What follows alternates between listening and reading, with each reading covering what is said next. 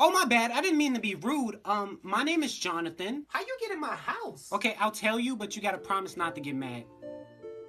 I took your doorknob off.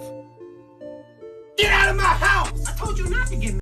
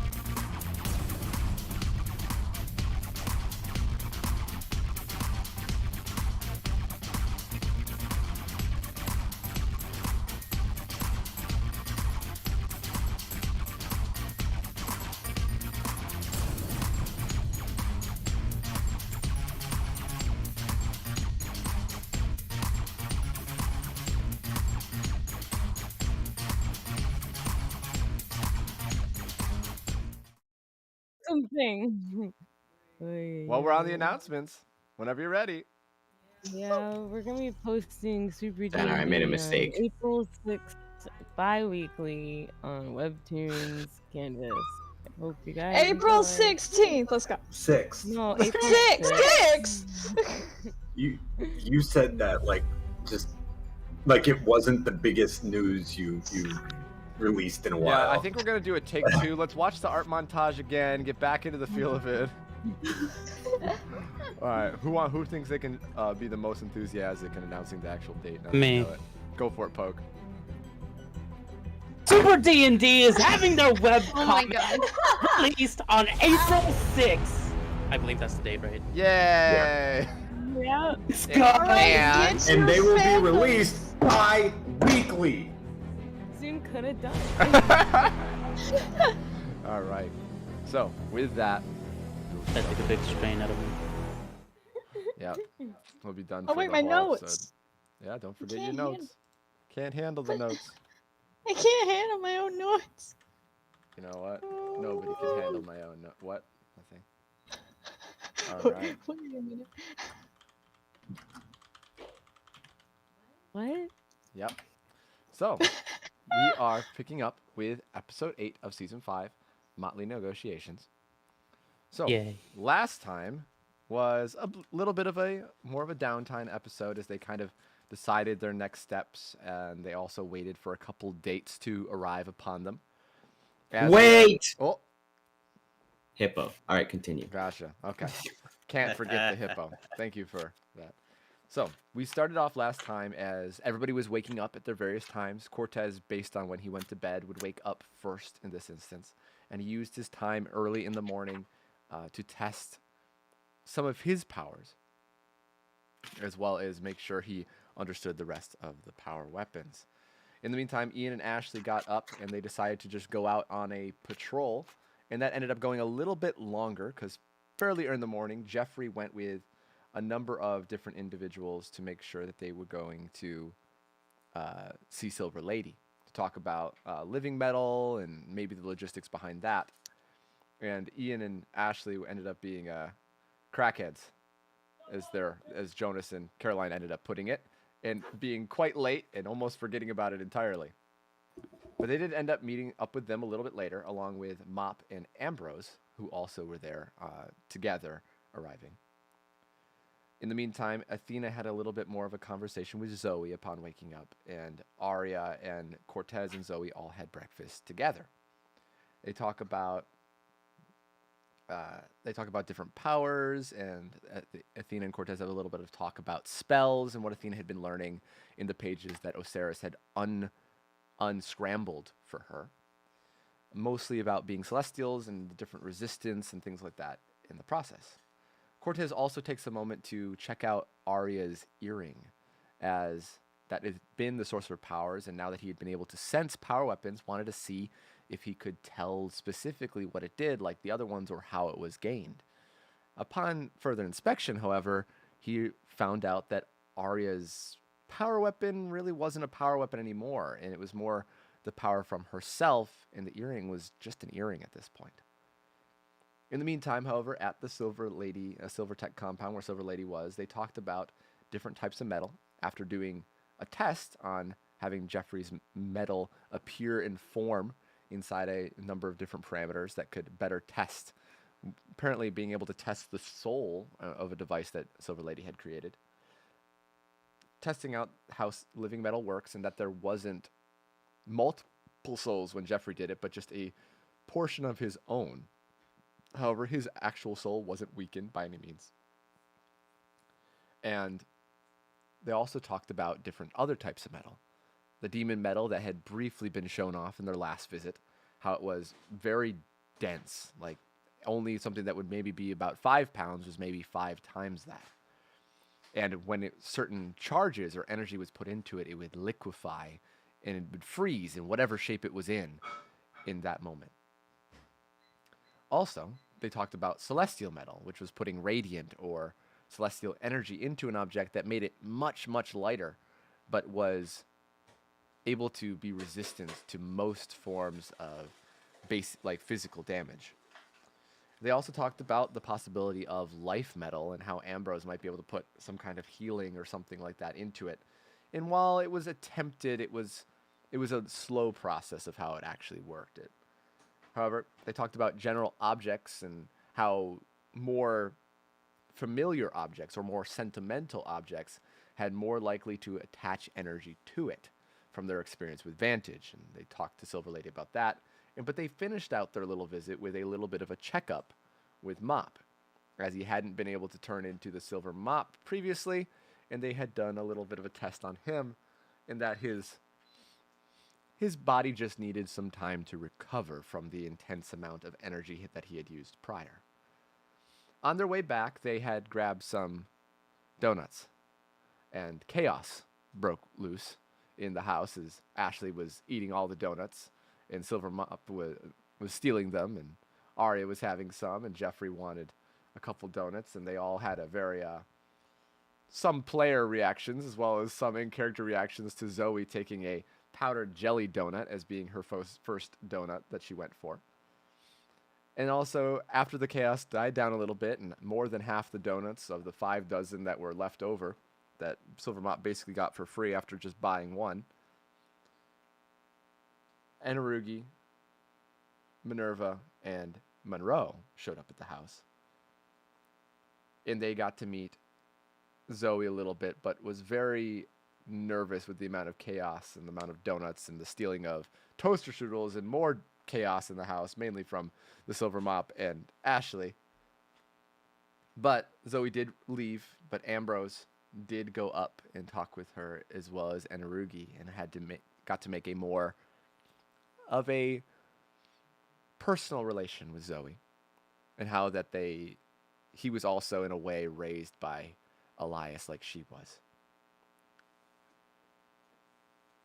That being said, Ashley finally did give a call to Wrath, as he had been missing since they had brought Zoe up from the vault, and he had stepped away apparently to not wanting to scare Zoe, and had been doing some thinking about body image and how he was seen within the world, and if he wanted to do hero work, he didn't always want to be something that unintentionally looked evil and intimidating. So, that being said, another phone call was had, as Ashley also tried to get in contact with Queen Rose's manager, and the manager told them that they would put the request forward, but Queen Rose hadn't been well enough to talk to anyone at the time being. With that, it is about like noon, 12:30, about lunchtime, as everybody's kind of gathered back at the house. Leo and I think we ended with the day's stuff kind of coming to a close as we skipped through time a little bit, because I do remember Minerva and Leo disappearing and leaving Anarugi. That was something that happened last time as well. So it is the night as well again. It's very late in the evening. If people have anything they want to do before going to bed, talk to Anarugi, or do anything, or we can skip forward to the next morning if you prefer. I don't have anything. Sorry, this isn't in-game related. Con, have you seen my book, my Super D&D book with the notes in it? I will help you look for it in a second, but Okay, that's fine. I show Anarugi movies. Anarugi movies. Okay, what movies do you show him? I don't know, like the only ones I like, Pixar, Pixar. Disney's, What would Pixar be, or what would Disney be? Mickey, and Pixar. Yeah, we'll figure it out. We'll consult. we'll figure it out later. Yeah, you're Pixel watching and Mickey. There we go. Pixel and Mickey. All right. So as you are watching those movies, he's one of those people that doesn't really understand what's going on, and he seems to only be like half hearing the audio, and it's very strange. Why are they all running away? Because of the monster. What monster? There's a monster right there. He seems to squint a little bit. Oh. Do you need to move closer? Or... No, You need glasses? I do not see the same way you do. I see energy. Oh. It's very interesting sounding. The music in this one is very pretty. Yeah, I really do like the music. But that's kind of sad though. You can't see any movies. No, I do not see people. I do not see objects. I do not see screens, as I told. I just see the energy they emit. So I can see your aura, but I have never seen your face. What kind of aura does a TV give off? It is like the same as any device. Electrical energy. Oh. And Because like when Ambrose usually talks about auras, they're like people's, I guess like people's feelings. But TVs aren't alive, so I didn't know if they emitted like no, that is why I have gone to plays or musicals. I've enjoyed those. Oh. Because I can see the people and hear them. We should all go to a musical or play someday. Once all of this is over. That sounds like a lovely idea.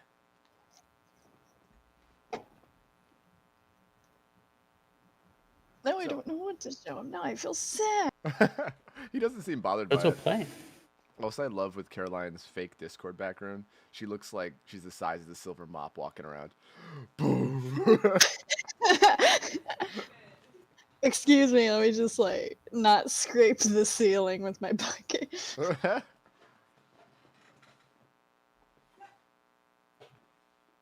upstairs, is it? It's not the rose one? It's not the rose? Oh, that's right. All right, so I would say everybody will go to sleep, yes? Resting for the evening? Actually, Oh, yes. What's up? I kind of wanted to feel like I got to get some done. I see. Yeah, I kind of want to do unlock one of the forms. Okay. Or Mop wants to, at least. Alrighty. He's more than able to. What is the first one, if you could remind me? Well, I can choose which one, right? You can definitely try, but the last one you'll have to do last. I feel like the Celestial would have been a good start since he already has had a taste. Okay. You can definitely do that if you'd like. I'll try.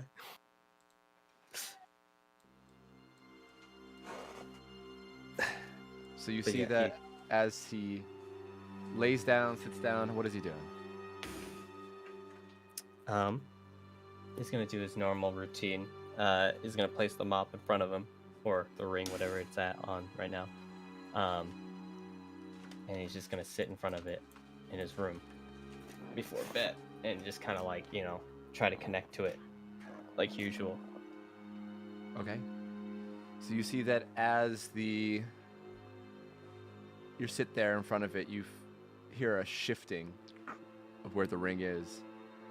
And you see it changes into this beautiful heart locket made of silver with engravings that remind you of the moon.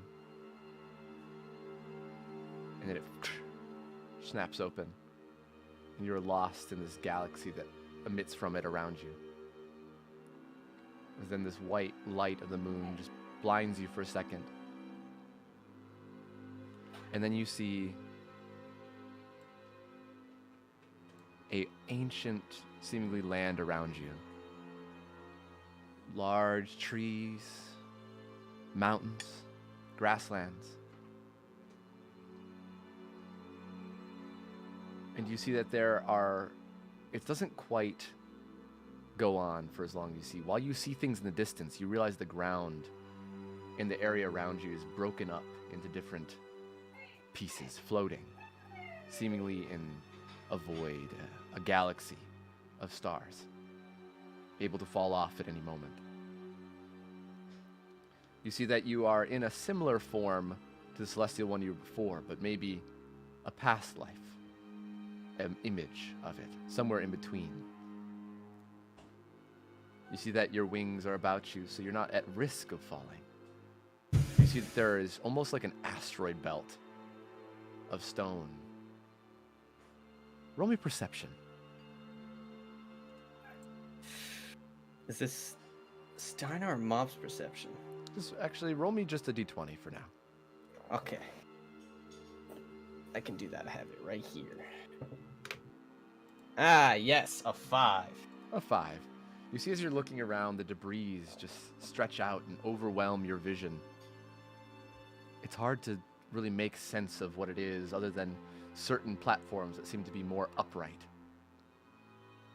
But there's nothing that seems to pull you in any specific direction. What do you do?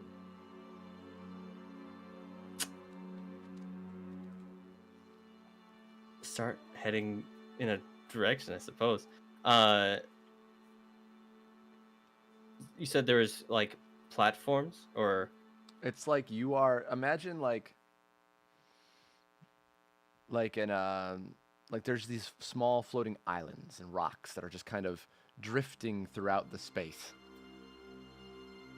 okay, There's stars above you and seemingly a landmass, or at least portions of larger land masses in various different directions. Trees and mountains. It's dark though. alrighty. He's just gonna start heading past all these things, trying to get a better vantage point, I guess, of where he is and where would be the best place to be. Okay, how is he traversing? Flying, jumping? Flying. If you said wings, yeah. Okay. Yes, that. Roll me another d20. See if you can navigate through this dense debris of rock. 14. Pretty good roll. You see as you fly and duck and weave under and sometimes push off various sections of rock. At one point you land on it and run for a couple steps and then jump off again. Roll me another perception now that you've kind of gotten over it after 10 or so minutes, what feels like, of flying. As you land down. 18. 18 as you look down, you look over, and the reason you couldn't make sense of what was in the area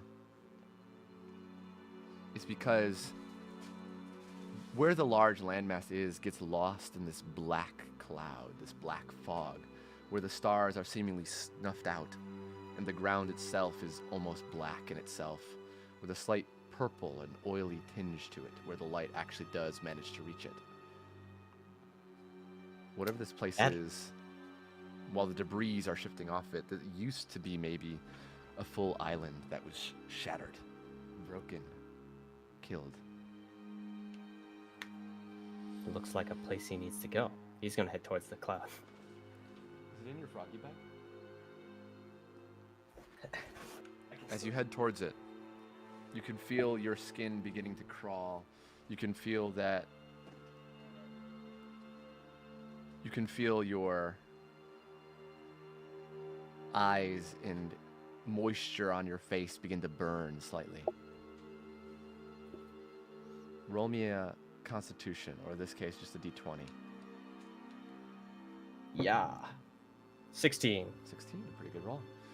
You see as you push through it, the darkness seems to try to swallow you up, but you push through, and you see that there is no movement, no wind, almost no air at all. And then it hits you. Maybe not Steiner himself, but this past life of Moonlia used to live here. This is Drenbor, your first home.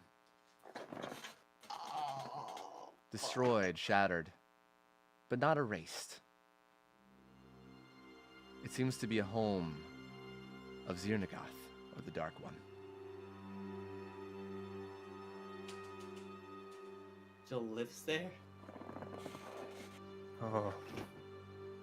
It might be. There's something about it that it feels like while it was destroyed, it wasn't completely disintegrated. Something about leaving just the faintest hints of creation. You can feel the wind, occasionally, like a slight draft. You can still see the stars off in the distance behind you, and the bits of grass and life that are floating among the stars.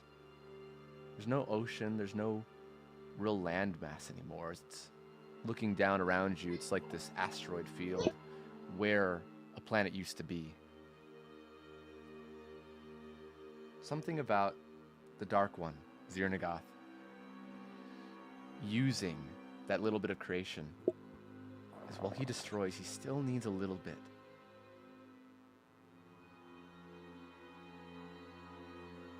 You see, Sorry. No, you're good. You see, you look down. You notice that there is a small light, a purplish glow.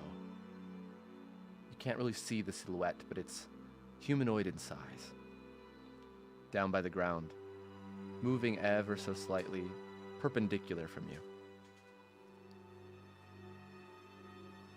He's gonna head towards that. Okay. As you head towards the ground, I need you to roll me a perception or just a d20 here. 4. So you don't seem to notice, but instead I'll need you to make a d20 roll as a dodge, defense, or toughness. 4. Another 4 as the ground seems to rip up. A Oh, large shit. tendril wrap around you and slash into you, and you wake up.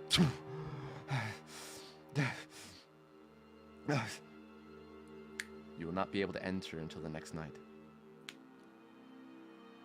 As you wake up terrified, your life flashing before your eyes. Seamus there, he kind of just puts a hand on you. You alright? Yeah. Just, I don't know what that was. It's fine. Just about to go to bed. Alright, get up here then.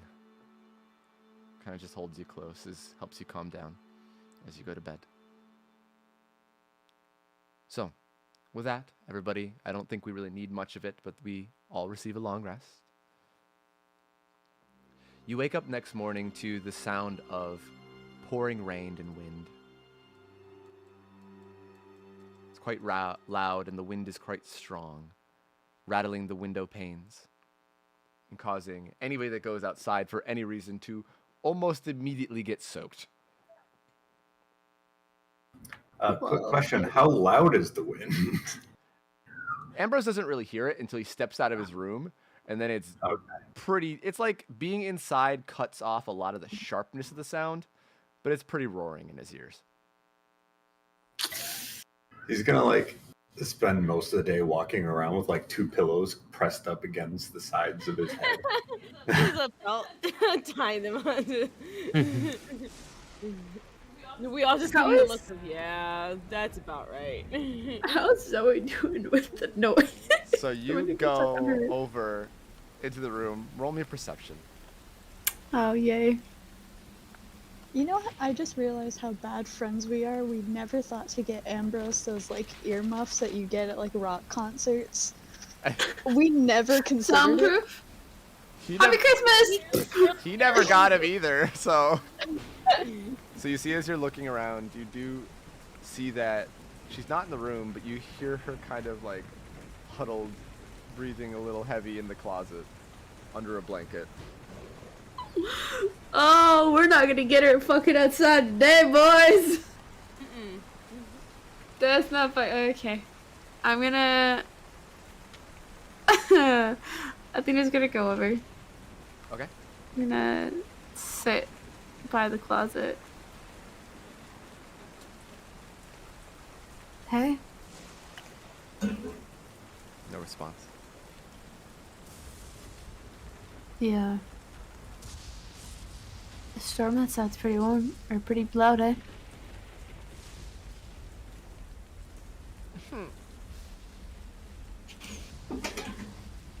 You're alright. It's just a bit of rain and wind. Why does it sound like there's gunshots? That would be what they call thunder. I don't like it. It's actually quite fascinating. No. Well, have you ever seen it before? No.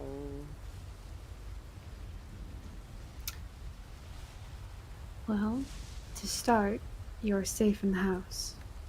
You can't get wet, and it can't hurt you while you're here. Plus, it's pretty fortified, so. You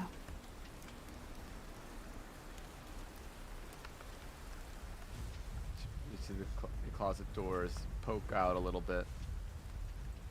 So you can see a kind of disheveled hair in front of her face, but still mostly hidden under the blanket. You just see her slightly, faintly glowing magenta eyes just peering out from underneath it. Ah.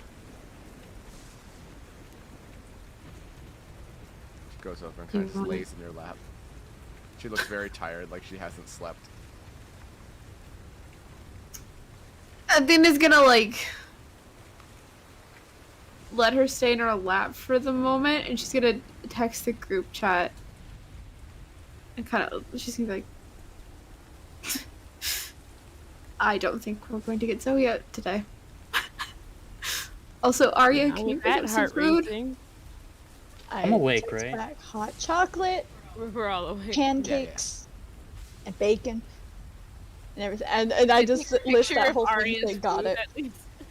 Yeah. And then I'm gonna be like, not with that heart racing. I'll also text, got her out of the closet at least. Athena, based on how often you have given people long rests to give them vitalized energy, you could tell that she did not sleep last night. Because the storm came in around like midnight, a little bit later. She's probably been up the whole time. Aww. Athena's gonna be like,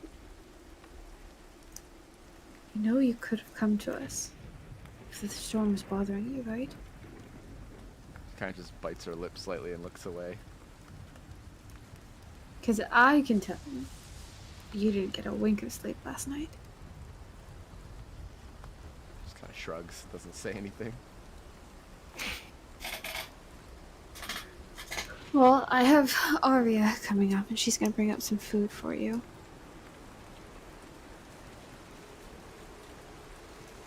Okay.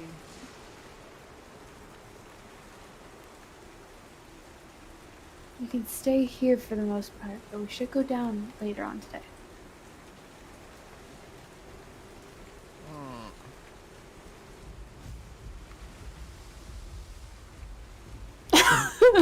Fuck. I don't understand children of the time.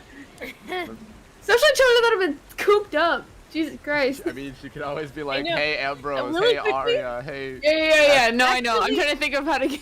Well, I have Arya coming up in a bit. You're absolutely right, by the way, don't Moogles, worry. because her only way that she could describe the sound of thunder was a gunshot. This bitch knew a gunshot sound before she understood thunder sound. I feel really bad for her.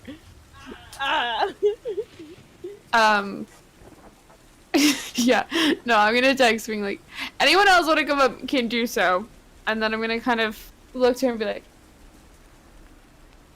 do you want to learn how thunder and lightning works? How a storm works? Have you ever taught that? I know that it's based off of pressure, Mm-hmm. and when it gets hot and cold, it does thunder, I think. It creates more of a charge in the air. Almost like static. And when the heat and the cold affect each other, it causes a lot of energy. That energy has to go somewhere. Most of the time, it can sort of diffuse itself. But when it gets too much, it turns into a storm like this. Where you hear the lightning, And a few seconds later, you hear the thunder. Jake jumps. There's another crack. A louder crack goes through. You seem there's like 0.5 seconds between thunder and lightning right now. Jesus Christ almighty. So does anybody respond to Athena's text? Anybody want to come up there or no? Sorry, Look at Arya. Arya's like in the middle of breakfast as she's seeing it though. She's like cooking something. He's like, okay. Do you think I'm she'll gonna, want like- some coffee? Elsie probably wants coffee. I already have a coffee pot brewing. Nah, I meant Zoe. You are not giving a child coffee. I drank coffee when I was that age. What is wrong with you? I can tell. Yeah, and anyway, you killed a bitch. You guys fed me coffee when I was that young. What? She's looking around at everyone in the kitchen. How old was she when we met her? 16. Like 15, 16. I was like, wait, what? We met her when she was 8? The fuck? No. I'm gonna text while I'm flipping Cortez. pancakes. Oh. I was just really quickly. It was like, Hmm? I was like, after breakfast, I'll make a closet pillow fort. I've learned how to do this. I swear. Alrighty. So Arya's... Cortez would probably just be by the door, silently observing. Gotcha. I was silently observing Athena. Athena and Zoe, yeah. You see that she kind of turns like before. She's already looking at you when the time you enter the door frame. And she looks That's away cool. after a second. You see she kind of curls and like slugs onto the floor and curls back into the closet and the blanket and just curls up. She's like a little ball on the closet floor now.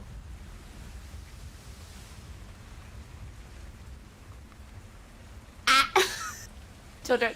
Like. Just a really quick, as this is happening, Jacob, as soon as the thunderstorm happened, he was woken up at like 4 a.m. by Nep. He's like, Jacob, it's raining. And she like excitedly brings you outside. Oh my god. So they're just enjoying the storm for most of the morning. Everybody else is like, I don't need to do it. it's storming again. While Jacob and Nep are like making water angels.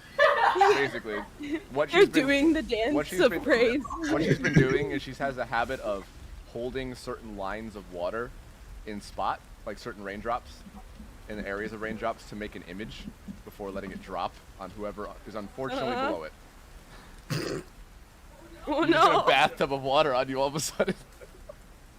There's like a Fortunately, lion. Fortunately, there's very few civilians in the city, but She's like making a lion at one point, and she like pushes it out and just drops onto some old guy. And he's like, "Ah! my leg. My leg!"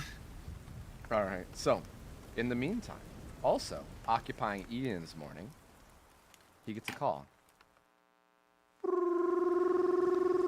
Right, like almost before he fully wakes up. I think he might be BRB because he wrote BRB in the Damn chat. it! Never mind. He's on the phone call currently. Oh, I do have a yeah. question. Actually, she's giving him the eye of what's happening, huh? I gotta take this, and he steps up. We'll say for now. Mop, what are you doing in the morning? That's a good question. Waiting for breakfast. He's back. We'll go back to it after Mop. Okay. What, did I just pick the worst time to get up? Yeah, I also didn't look at your BRB, so that's my bad. Oh. What's it called? Q&A thing, whatever it is. That's this day. Yes, it is. Okay. He's gonna start working on that. Figuring out if Quentin was busy. Yeah. All right. So you call Quentin, text Quentin. What do you do? He's gonna call Quentin. Like it rings once. Hey, what's up? Quentin. Hey, what's up, Mop man? So, the thing today. Have I explained that to you yet? I can't remember. Yeah, we talked about it. That you wanted the people to speak openly about why they didn't want to leave the city. You said there also weren't that many people, and also The weather is terrible. Do you have an indoor or outdoor venue? It'll probably be indoors because I Oh, think it's goodness. also going to be online. Nice. All right. So people will see it if they don't show up. So this is like a live stream of it. Yeah, I just here's the place and the day time. All right. Because I don't know the specifics. And if you can make it, that'd be great. I might get some other of my friends to help me out as well. Yeah, no problem, man. I will be there. Thank you. You're the best. Yeah. Okay. What is you want me to do specifically? Or like, am I just there for moral support? Like, what am I doing? Because I don't mind just being there helping you out, supporting you. Like, but if there's something you want me to do, I want to be able to do it right. Yeah, basically moral support. Like, when there's something that I can't really like do the best is answer questions. One of the biggest things I've talk to learned about people. questions in interviews is repeat the question before you say it, so you have more time to think about it. So they say, "Why are you? So what is your reasoning on getting people to leave the city?" It's like, "Oh, what is my reasoning on getting people out of the city?" Well, that's a good question, and that gives you time to think about what you want to say and compose your thoughts and stuff. Man, they didn't teach you that at school. In fact, I think they Definitely do. not. Definitely not in Uniforta. Yeah. All right, I'll keep that in mind. Thank you. I'll see you there then. Yeah, it's at noon, right? Yes. All right, I'll see you then. All That's right. what he does. Cool. In the meantime, Ian, you got a phone call almost before you fully came out of your stasis mode. Okay. It's an unknown number. Well, it's not the first time Ian answers unknown numbers. Okay. Ian's gonna pick up. The He's phone gonna be like, explode. No, I'm kidding. he's gonna muster all of the energy he has to not sound like he just came out of stasis. Okay. Hello.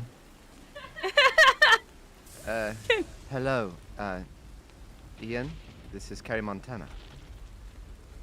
Yeah, what's up? I was wondering if I could meet with you. You and Ambrose, preferably. Yeah, what time? Within the hour. Are you coming here or are we going there? For security reasons, I'd like to meet you by the airport. I'm at a hotel nearby, and we have a conference business room booked nearby. Because I've only flown in this morning. And I'll be flying back out again in a couple hours. I can make sure that happens. He says as he's like, Ambrose, we're going this place to meet with Carrie Montana, understand? You see that as you What's kind of walk happening? downstairs, Ambrose has pillows pressed up against his head. He's just like breathing deeply. He did not hear it. He didn't really seem to hear you that well, surprisingly. I was texting him. Oh, texting him. Gotcha. Yeah. Ambrose didn't look at his phone. I don't know. It's up to you, Zune. I'm too busy holding pillows on my head. I can't look at my phone. He'll just assume, and then, when he sees that no. Ambrose is like, he's assuming that Ambrose saw it, and he is walking downstairs afterward, and he's like, goes up to Ambrose and just holds his phone in front of him. So he can read it. Did we hear the call or no? Not Carrie Montana's end, but maybe. No. I'm saying, yeah, did we see that Ian was saying, yeah, we can make that happen? Jonas? Yeah. Okay. He wasn't trying to be, stealthy about it. He wasn't like, alright, listen, so, we can make that happen. He's like... Ashley's not going to be home next week. We can make it happen.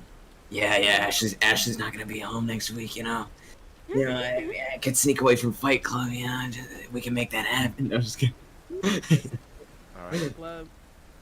You see that as the morning goes on, you see Jeffrey, and comes down a little bit later, and goes over and gives Arya a kiss on the cheek, grabs himself a little bit of a cup of coffee, black coffee. I think he does black coffee also, right? Can't remember. Yeah. But he just downs the coffee immediately. And he very business looks at Mop. So, you're doing your rally thing today, right? Yeah. So what's that all about again? I just want to get people out of the city and also have them voice their concerns. It's the best way, I guess. Let them, yell at me, get their anger out so they can leave. You think that's gonna fix anything though? Because we're still kicking them out regardless. Yeah, but I'd rather have them leave on their own terms before we actually, force them out of here and have them hate us even more. All right. Do you want me to go along? Yeah, I'd like that. All right, we can take my truck. Sick. Right. It's on the top of a building still and probably full of water. God, do you want to help me go get my truck?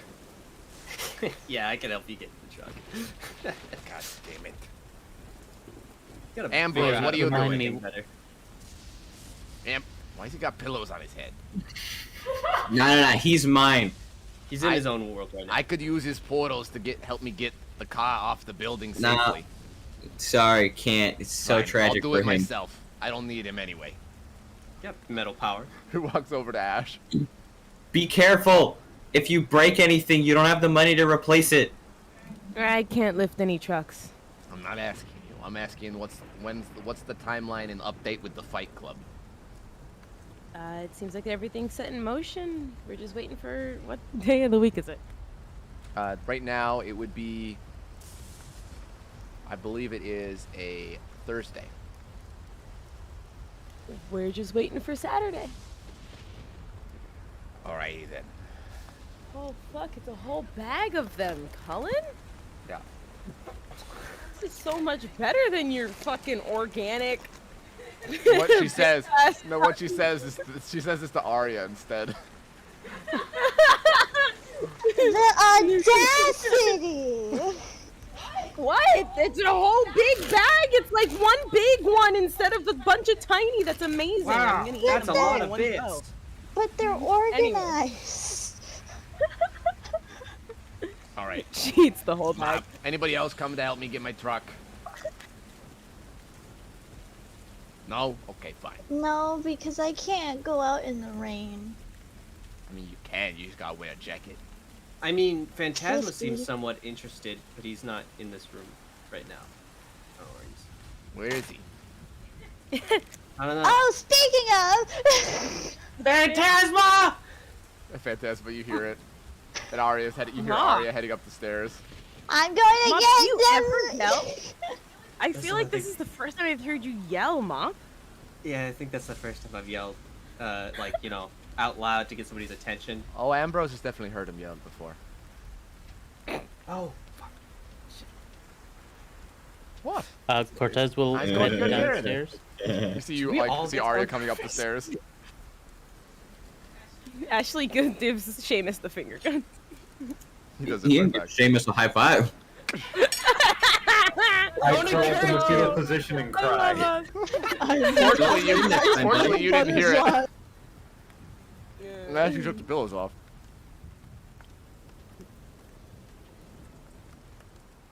I guess I I'm passed keeping by the clothes Arya. on until I Don't leave. really say anything.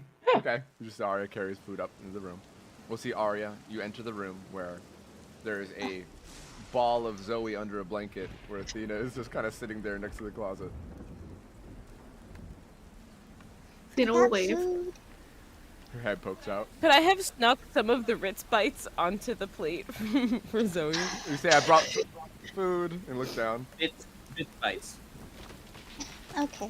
She like hit him under one of the bowls, like around like the lip of it. Yeah, a couple of them. Okay. I got food for both of you. What Pancakes food? and Is there bacon. more donuts? No, no donuts. I got her addicted. We Melissa, got I'm gonna keep pancakes giving her and treats. bacon and a little bit of crackers. And here's your coffee. As I give Athena the coffee, and they're like, and here's Thank you. your hot chocolate. Still a little hot, so be careful. She goes over, like slugs towards it, before kind of crawling out of the like a caterpillar out of or a butterfly out of its cocoon, and it just kind of sits on her bottom. Athena will like quietly close the doors to the closet. Mm-hmm. He kind of looks. Is there over the anything food. like in this closet, like in terms of like blankets, pillows, There was a few blankets, and that's seemingly like one of the only ones in there. There was like an extra pillow, but it was like a couple extra like unused shirts that were Cortez's. But like he's like, I'm not gonna use these, so we might as well just leave them in the closet, kind of thing. If it's not a suit jacket, he doesn't care. Someone bought him plaid. It's like way in the back. Someone brought him like a V-neck like sweater, and it's like, nope, not gonna wear that. Arya's gonna kind of look around at like what's in this closet and check all the shirts into one corner, and then Mosley's like, Okay, so how about we make this a comfy space for you? The closet? Yeah. So, cause like there's like things that people used to do. I used to do this a little bit when I was little. So it's called like a pillow fort. Well, technically a pillow fort and a blanket fort at the same time. Why Like a do we little need to tent. make a fort? What are we Just for defending? funsies. We're not defending anything. It's just for funsies. She thinks about it. Doesn't seem to. It's like a little confused by the concept, but she seems to be intrigued by whatever idea Arya has from the way that she explained it. Think about it this way. When you get nervous or scared, your pillow, blanket, fort is where you can go to keep safe.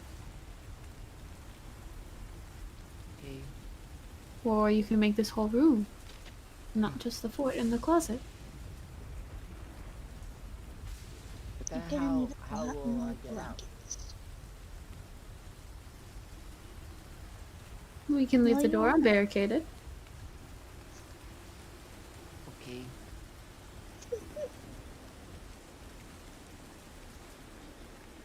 I do have Oh. a lot of stuffed animals. I'm gonna actually really quickly. Do I have Minerva's number? A nervous what?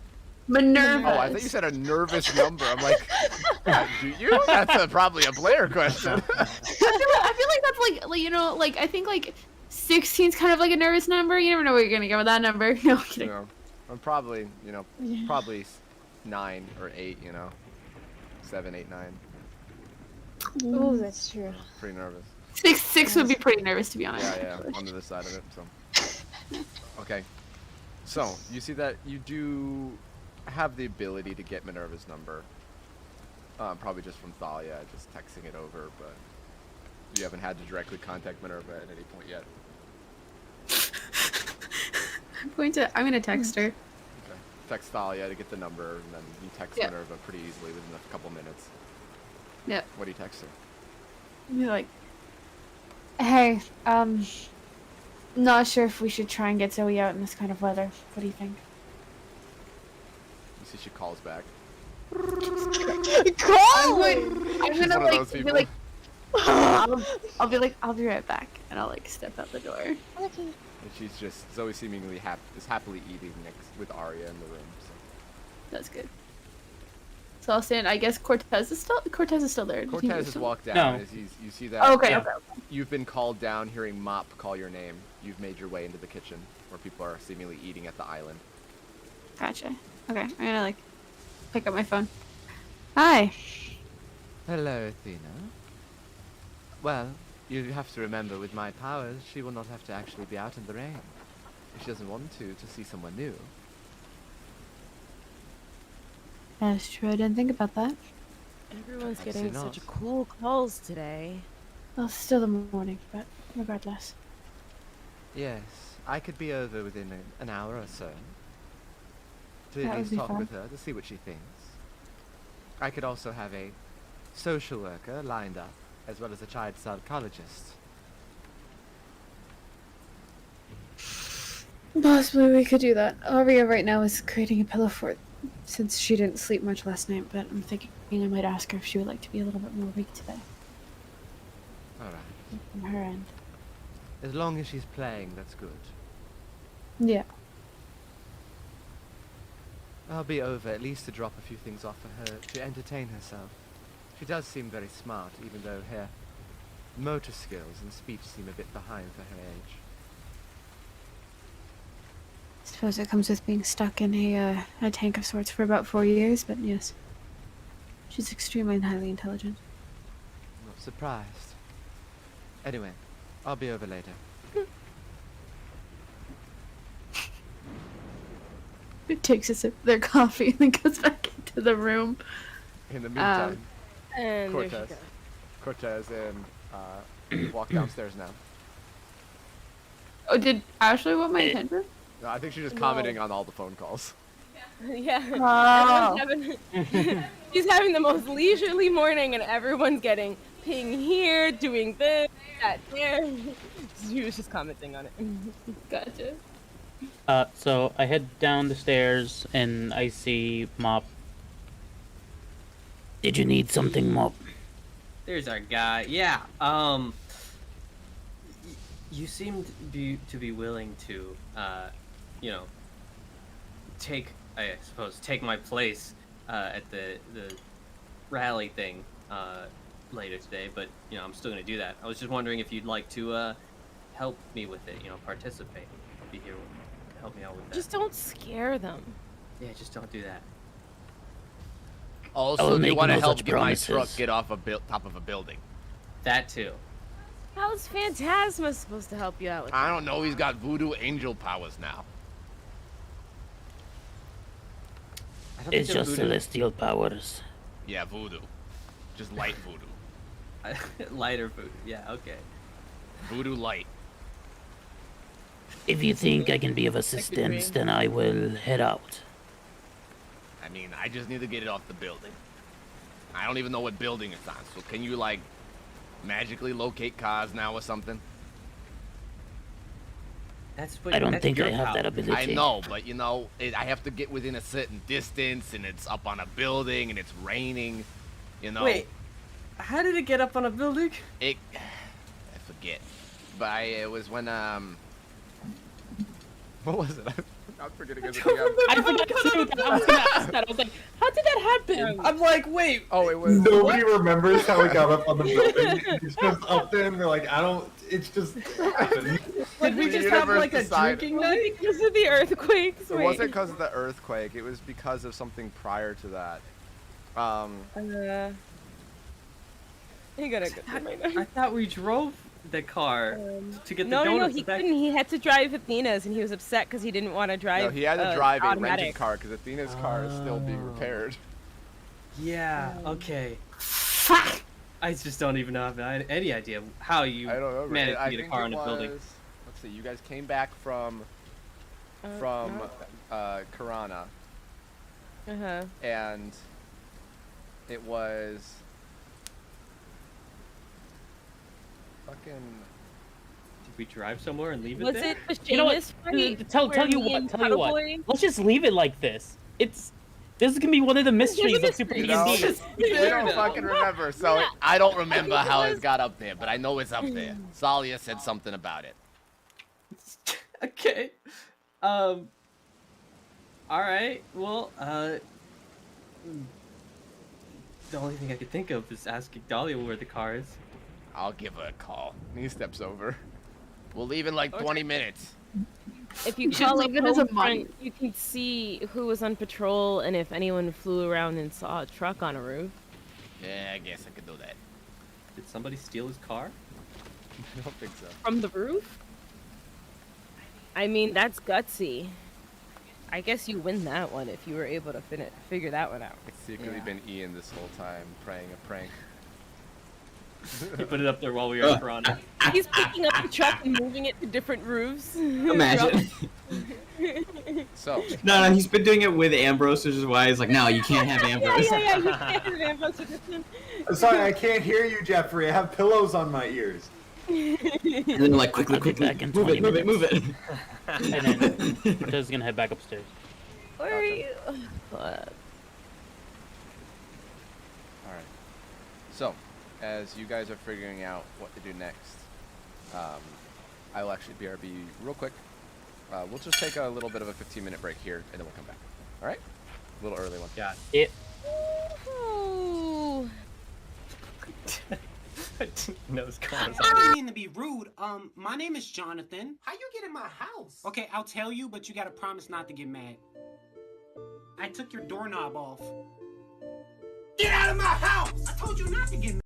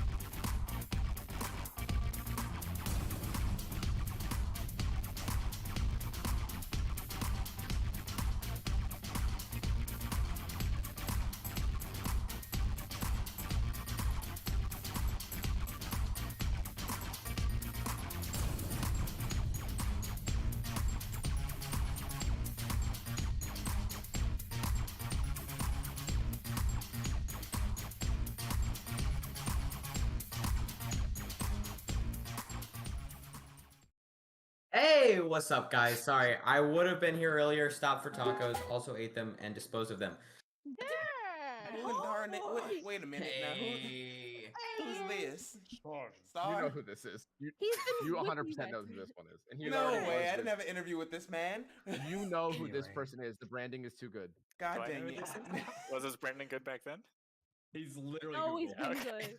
Listen, I am the epitome of stupid. There's no way. You I saw know this who man this before. is. God It dang is it. 3 letters. You know who this is. He's everywhere. You cannot avoid knowing who this is. I'm sorry. The number. It's Technically even two letters. you have advantage 6 intelligence and know who this is, Trey. There's no getting out of this. You could probably be a dog or a cat and know who this is. The dogs and cats probably have E4N plushies. Probably.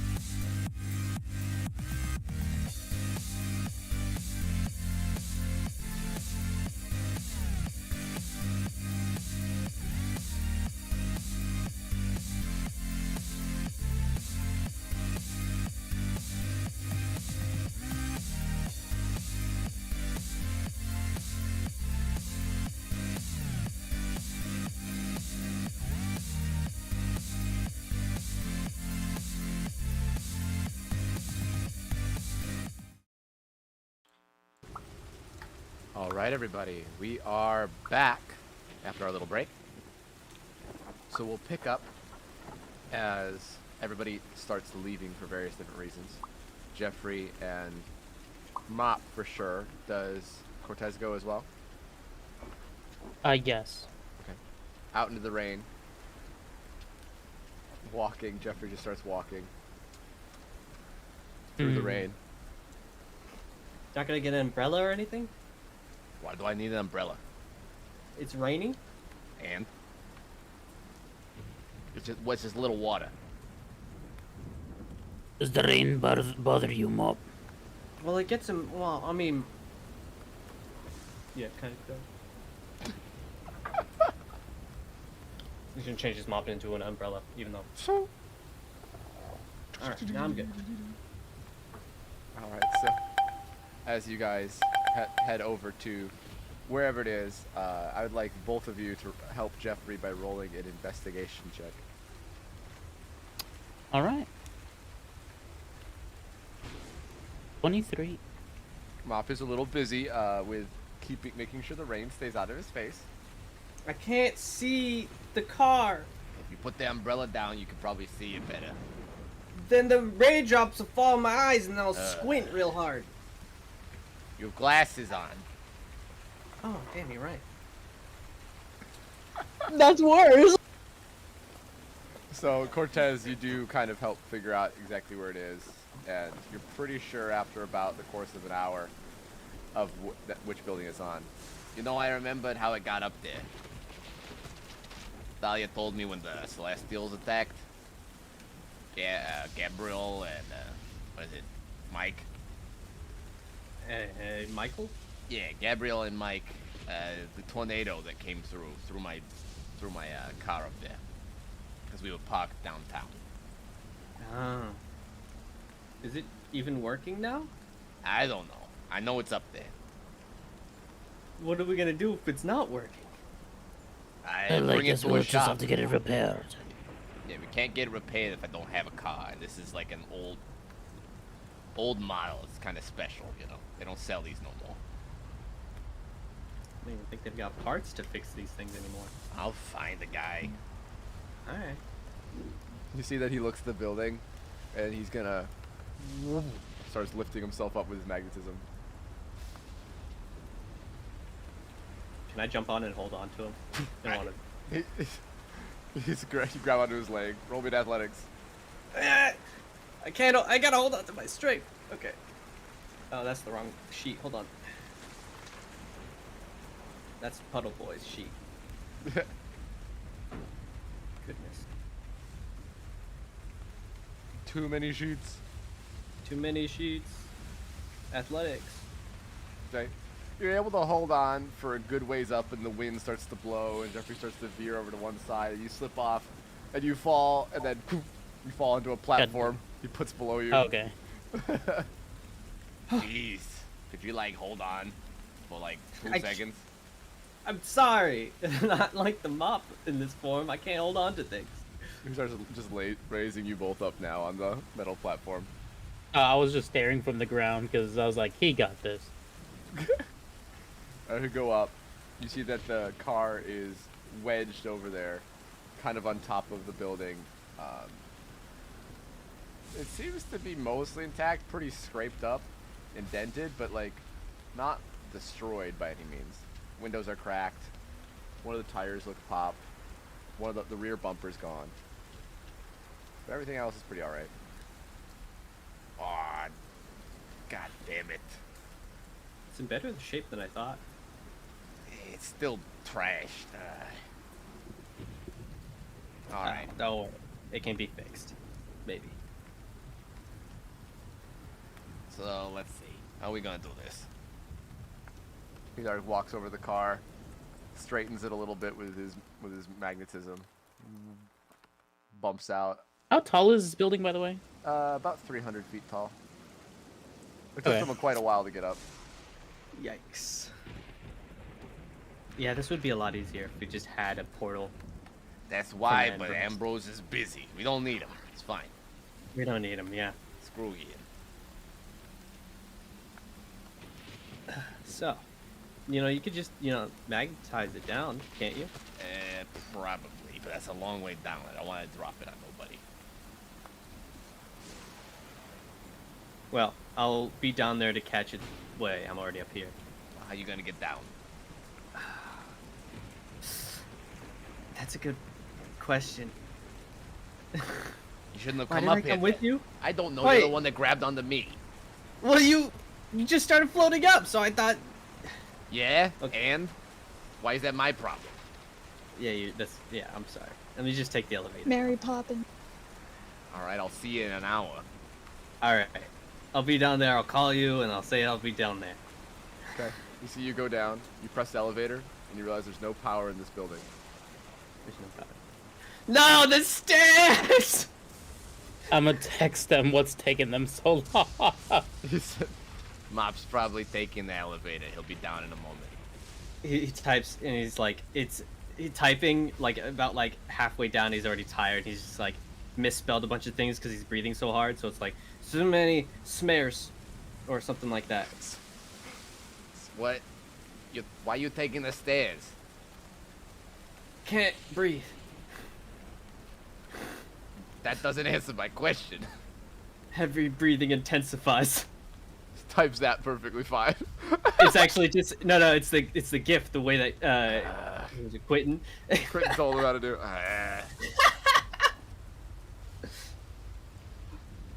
Jeffrey's gonna go without you. I'm gonna roll for Jeffrey.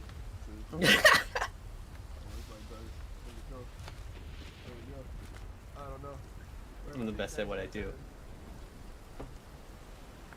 You see Mop as you're like going. You're like 3/4 of the way down. You see Jeffrey going with the car, standing on top of it, concentrating as it's floating downwards. He's gonna try to like start running down. I'm keeping close watch in case something. Roll me. Just. Yes. Go ahead, roll me happens. perception, and Mop, roll me in athletics to see if you can run down the stairs as Steinar. 8. Let's go. 12. You pick up the pace a little bit, you know. A little Oh wait, more no, motivation. 17. That's right. That's right. So I got 4 more. So, you see as you run down, you keep going, you go, until you get down at the bottom, like right as Jeffrey goes. I'm in. Eh, Fuck. that wasn't so bad. Okay, believe you didn't. You could, you know, just turn into the silver mop, couldn't you?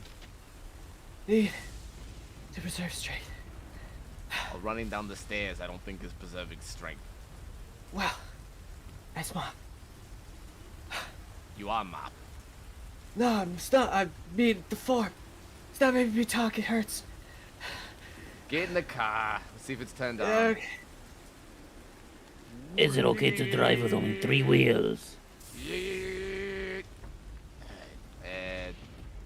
No, it's not gonna turn on anyway. Try kicking it. What's kicking it gonna do? I don't know. Maybe it'll make it like fix it. Put something in place. Both. And pop up in the Cortez, hood. You just steer it. I'll push it with my magnetism. You just steer where we gotta go. I can do that. I said Cortez, you can't breathe. Well, I don't need to breathe to steer. You need to concentrate. Get in the passenger seat. Okay. I'll get in the driver's seat. So Jeffrey just sits in the back and then just with his magnetism pushes it along, and it just allows Cortez to turn it as he goes. And I crashed the chicken. Clarity comes out of nowhere. It makes you crash it again. But how? I don't know. Jeffrey's the one pushing it now. It's not the engine. I know.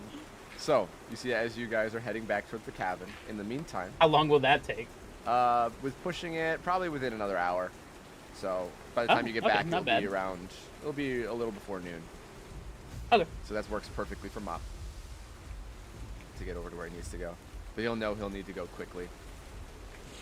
In the meantime, however, Ian, you have your meeting with Carrie Montana, with Ambrose. Is anybody else going? Or are you inviting anyone else? I was gonna say it's up to Ian. I mean, she asked to speak with just Ambrose and Ian, so I think that's all he'd go with. That Ashley says to Ian. I'm sorry, I didn't hear you. What did you say? You guys trust that? It's just a conversation. Yeah, you said that every other time before. Yeah, but Something crazy's always happened. yeah, but like, it's me and Ambrose. What are they gonna do? I can think of a multitude of things that If they could try do. anything, we can just leave. I'm gonna. Can I do an inspired action real quick? Sure. I'm going to put a soul print, but just my like thumbprint on Ashley's arm, and I'm attempting to make it so that if she concentrates hard enough while touching the soul print, she can sort of see through my eyes a bit. Go ahead and roll a faith or religion. You know, it's She's kind of looking dumb. at Ambrose as he holds her arm. You know, it's kind of dumb on their part if they want to ambush Ian, but they bring the healer along with them too. You're not wrong, Arya. Honestly, Ambrose and Ian's a dangerous combo. Stop so they hearing would've me been- through the closet!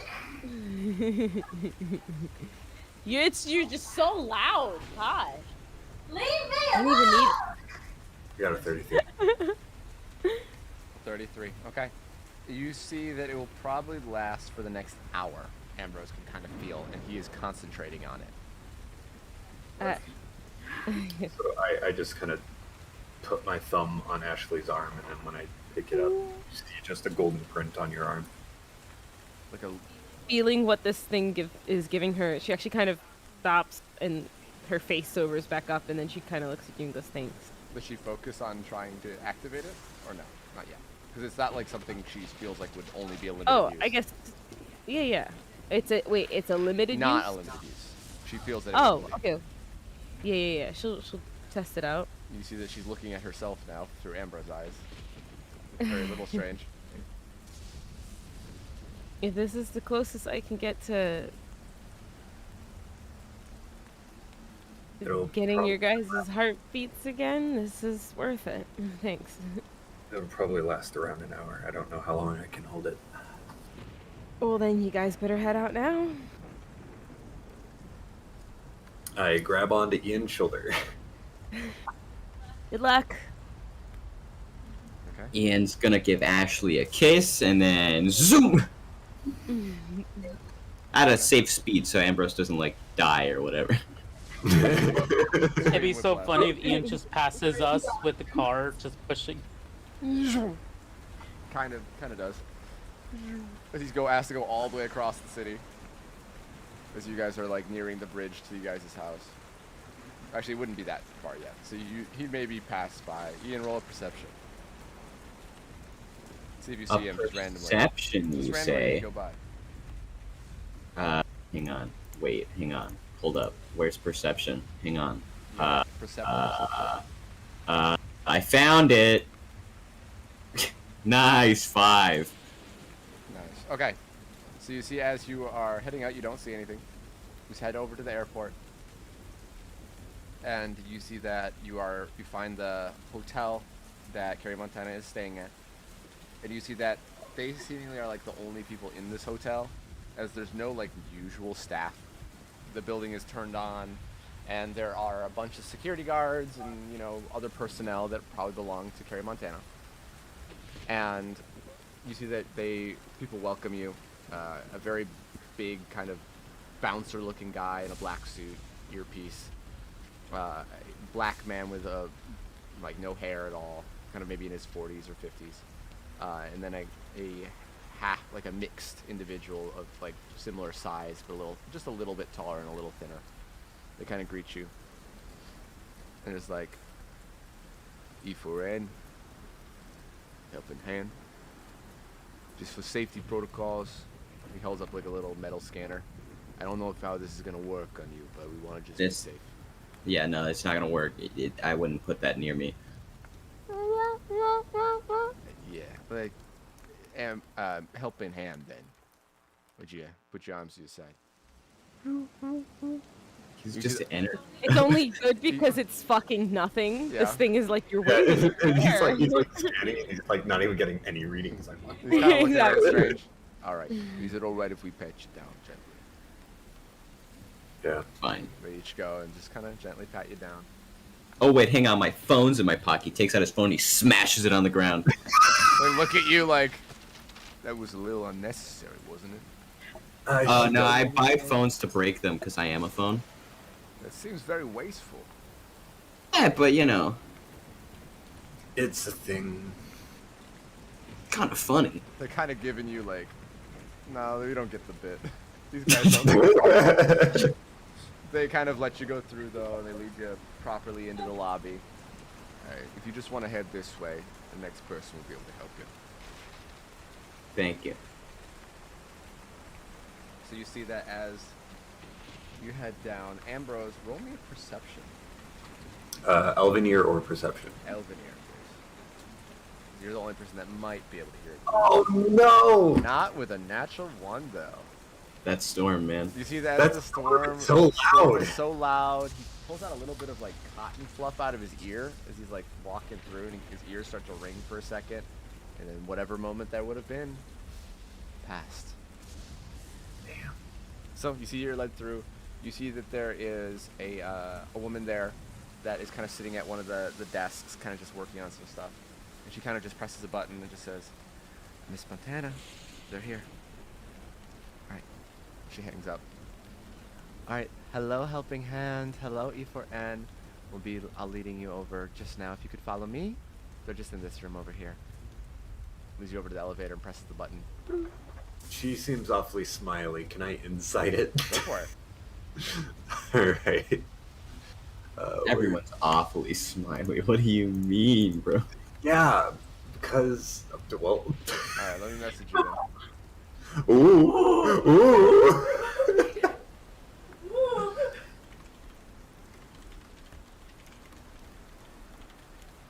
So they are stupid enough to bring the healer to the fight. What are they realistically gonna do? Like, riddle me that one. Alright. Realistically, I feel like they're gonna do something. What? Okay. Well, Ian doesn't know, nor does he care. You see the elevator goes down. She steps inside and waits for you, kind of keeping her arm within the door. Just kind of like just a gentle smile on her face. I'll walk in. Okay. I mean, Everybody walks in. yeah, obviously Ian will as well. Ian then walks in. She stands closer to the panel, her back to both of you, as she goes up 3 floors. Door opens. You steps out and you see Carrie Montana, as well as a couple different bodyguards and seemingly other members of her political staff are there to greet you. And she just kind of puts her arms out, like just kind of in a welcoming gesture. Ian and Ambrose, thank you for meeting with me. Why don't we step inside and we'll get down to what I want to discuss with you today. Sounds good. Can I offer you anything to drink? We have some waters, orange juice, apple juice. I don't drink. I don't have a physical form, so I don't need to either. Understood. Just figured I'd offer the courtesy. Follow No, me. thank You see they open the door, a set of double doors that kind of just leads to this very like long, low conference table. Out has one of the walls are kind of looking out into the rain and storms, but the blinds are mostly closed. There's kind of like a hushed because of the rain and the storm outside. Ian, the room is very similarly laid out to the one that he was ambushed in Elias Morose's. Ah, come on. As soon as Ambrose will notice that as soon as Ian steps in, he's already like starting to like Ambrose can see him, he's like mapping out exits all of a sudden. Yeah, I'll place a hand on his shoulder, like go and pat him and just like send a heal his way, even though he's not hurt, just sort of to calm him down a bit. I'm still mapping out all the exits. Okay. Because she sits down at one of the heads of the table. Where would you two sit? As her staff also seem to sit around her. It's not a How huge big table. is this table? It's like maybe 10 feet across. It's like a decent size, but not massive.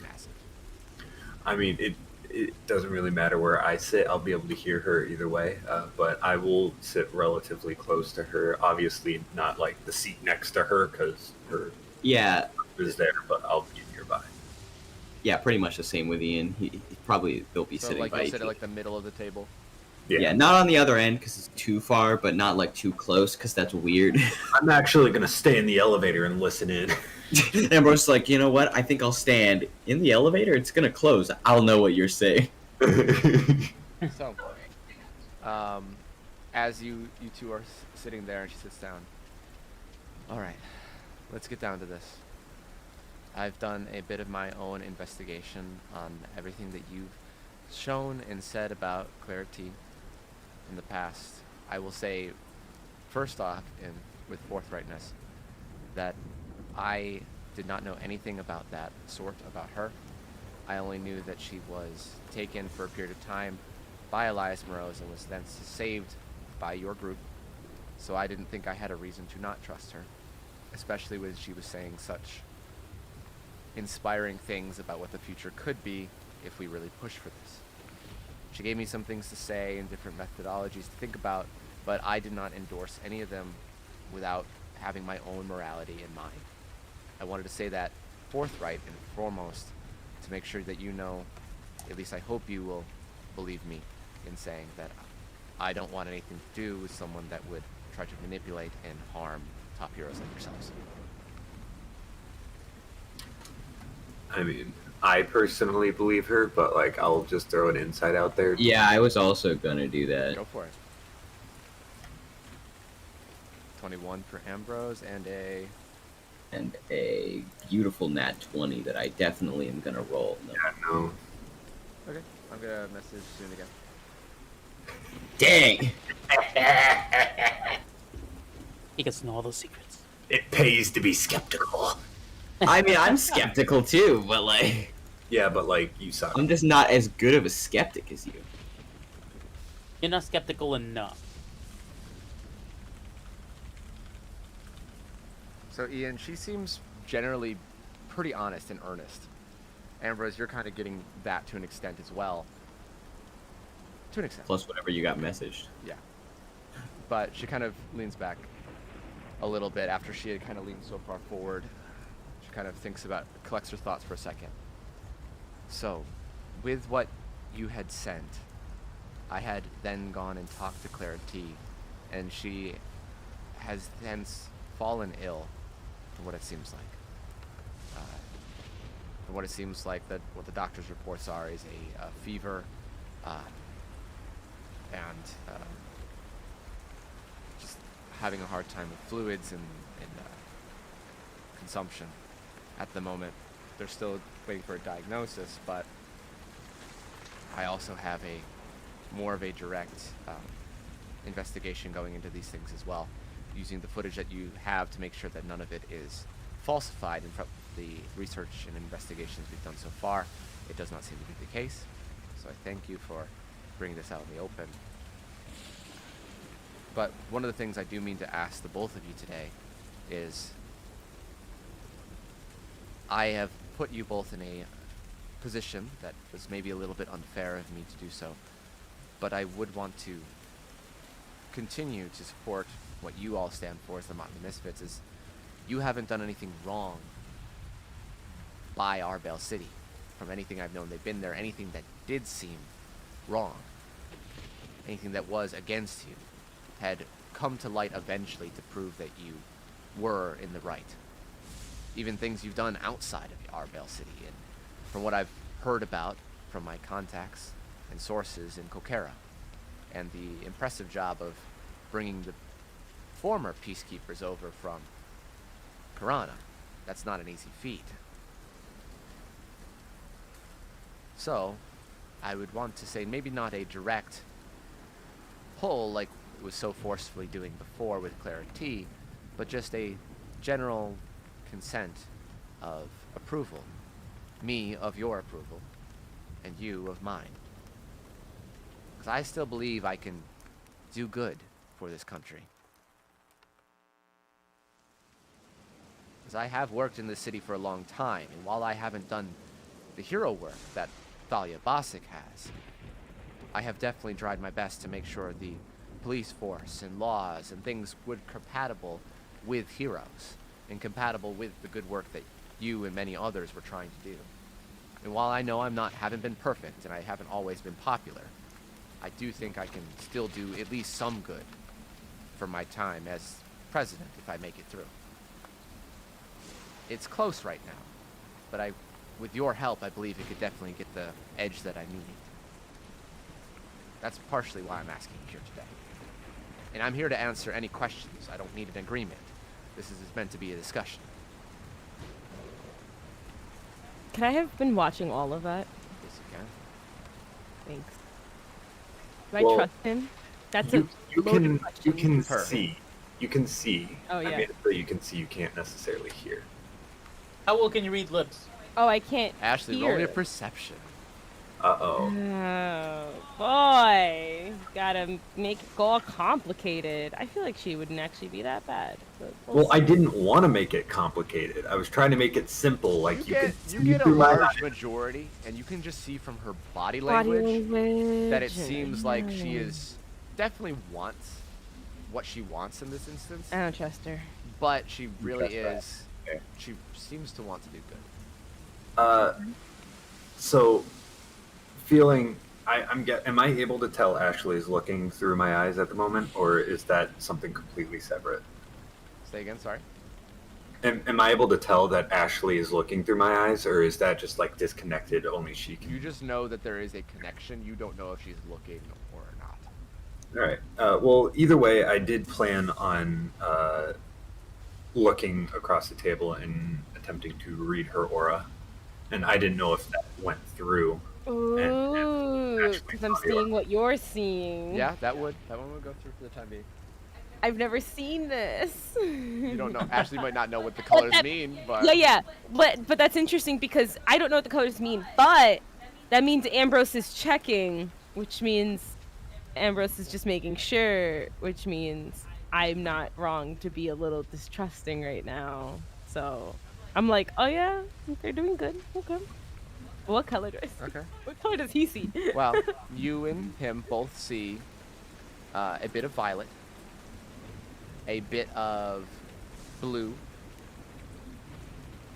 a bit of gray, a tiny touch of brown, a tiny touch of black, but it's primarily the blue and the gray, with a little bit with tiny touch of red as well. Yeah, I know color theory. I know what colors feel like, and I feel like I'm getting a good vibe here, or not a good. Based off of the insights that I made earlier, the only thing I'm really worried about was that black, but I know what it means because of those insights. I'm very glad I made those. Cool. I don't. So I'm like. You just see these swirling colors. But I will breathe say around her. it's interesting because you haven't said this many colors for. Yeah, I was gonna say. So this is a dynamic person because there's a lot of colors happening versus Ambrose, who tends to be like, yeah, you're like blue and silver, or you're just like a little bit of this. Man, is this whole time Purple has been telling us we are not dynamic enough? No, it's just you're so strongly invested in who you are. Well, this person is a little all over the place. Yeah, that's what I'm getting. Cool. Because I don't know the colors, but it seems like, wait a minute. I'll look to her and I will be like, I believe your intentions are true and you've stood behind us for as long. I think it's only fair we stand behind you. I appreciate that. I'm very honored by those words. Ian. Ian will give Ambrose a look like, are you sure? He gives a nod.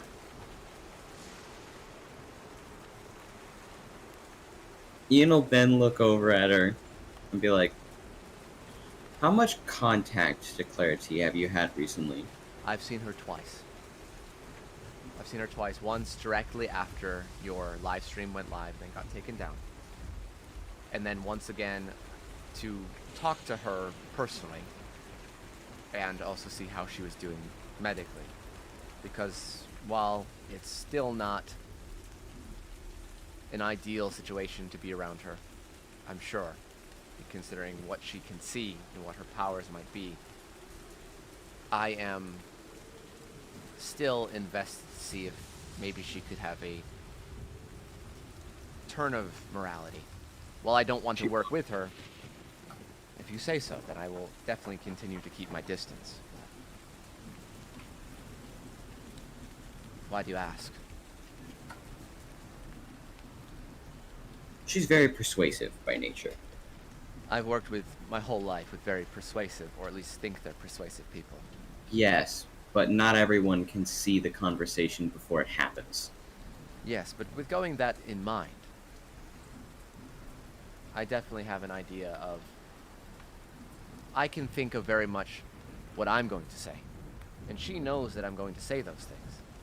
But if I pre-predict what I assume she might say in response, it has helped me in the past. Whether I'm playing into her traps or not, I'm not so naive to think that I am perfect, or in the idea that I know just as much as someone with the ability to see the future. But I have worked with people that are awful snakes.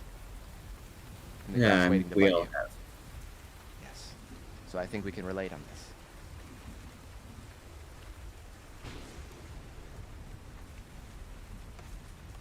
So, with that being said, there is a first debate between me and the candidate on the other side of the Prosaic Party. They're finishing up their primary election, and then probably within the week, we'll have the voting begin for the emergency election. And we will know if I am the president of Uniforta, or if it is the other side. I'll leave it to you of what you want to say, what you want to speak out on. If you want to say nothing because you don't fully trust me, Ian and Ambrose, I am perfectly fine with trying to do this on my own. I will back you under a condition. Of course, I'm willing to, of course, hear you out. I need you to personally see to it that Clarity does not come into any sort of power over Uniforta. I think that is all definitely for the best. And I don't think she deserves any sort of power. While she could deserve help, and even though, as you say, she might not be willing to seek reason, I think that she could definitely use some therapy at the very least. I can agree on that one. Of course, I'm a good proprietor of that everybody should have a therapist, but that's a different topic altogether. But, is there anything else that is on your mind, or anything that you think I would benefit in knowing?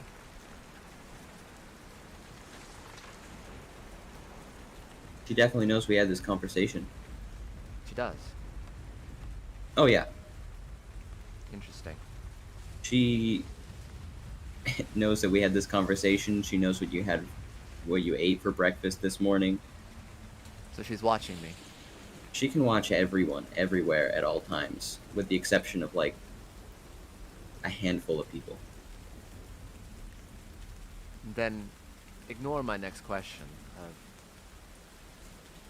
Were you planning to take any drastic measures against her? Don't answer that. I don't need to know. I am going to answer that, but I'm not going to answer to you. I'm going to say it to you, but she knows who I'm talking to. I see.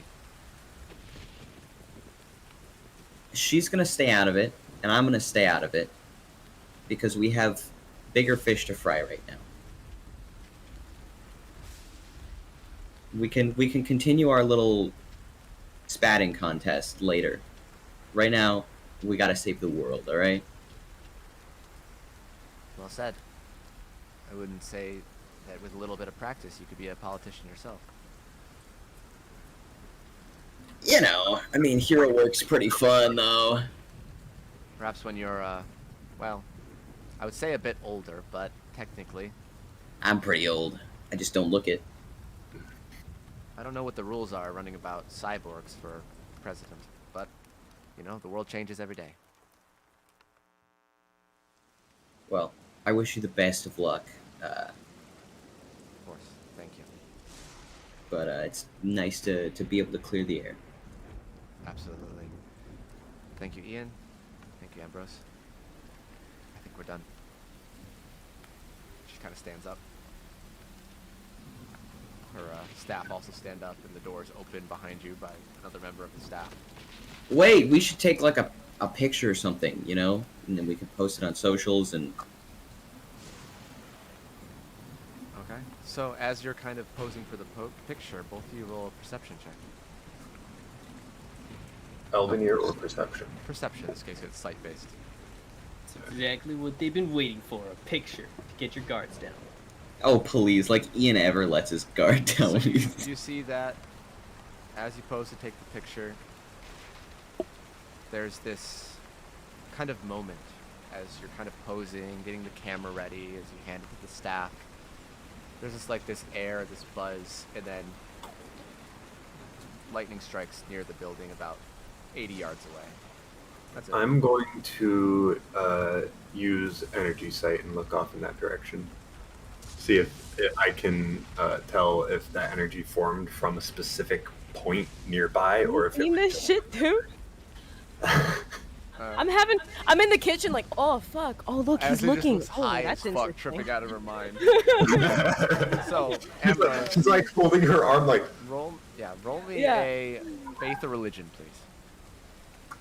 Alright. It's a good roll, 31. You see as you're looking around, you don't see anything by the lightning. It was just a actual legitimate lightning bolt that seemed to startle everyone. Kind of looking down at the base of the building, you catch a familiar aura. Osiris. Pride. Had recently exited the building. I'm gonna look to Ian and be like, As does the Ashley know anything about Pride being here? picture goes off. Maybe I think we might need to do another one, as both you and Ian are just kind of looking at each other, and Carrie Montana's in the middle, like trying to smile. Pictures taken, we're both like. I love that. Why don't we take another? Save that one. You get an actual picture, and you are. Do I feel what he felt, or do I see what he saw? You just saw this dark. You see a bunch of energies. You saw this dark Okay. black aura and this mostly green aura. Cool. Green. Whatever. It doesn't matter. You said full black and mostly green, right? Mostly black. Mostly black and mostly And green. mostly green. But that's two different. Two different It's fine. entities. Yeah. I mean, it's very obvious which one's which. Me looking at the chart here.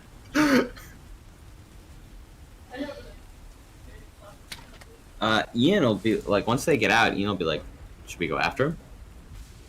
I feel like we should at least tail them.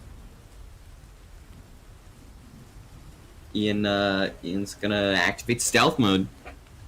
Okay. Both of you roll a stealth check and an investigation check. I'm not going to be actively following them. I'm just going to be listening, sort of where I knew them to be. Alright, with the State of the Storm, roll me an Elven Ear at disadvantage. Still a 57 at disadvantage. Okay.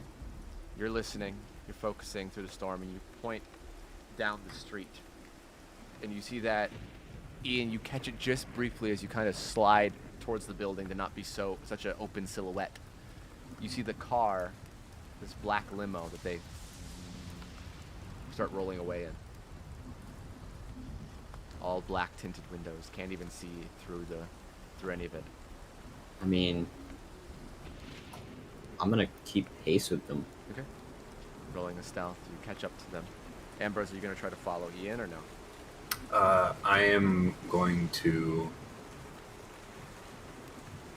I'm going to inspired action and try and create a. Rather I'm not alone.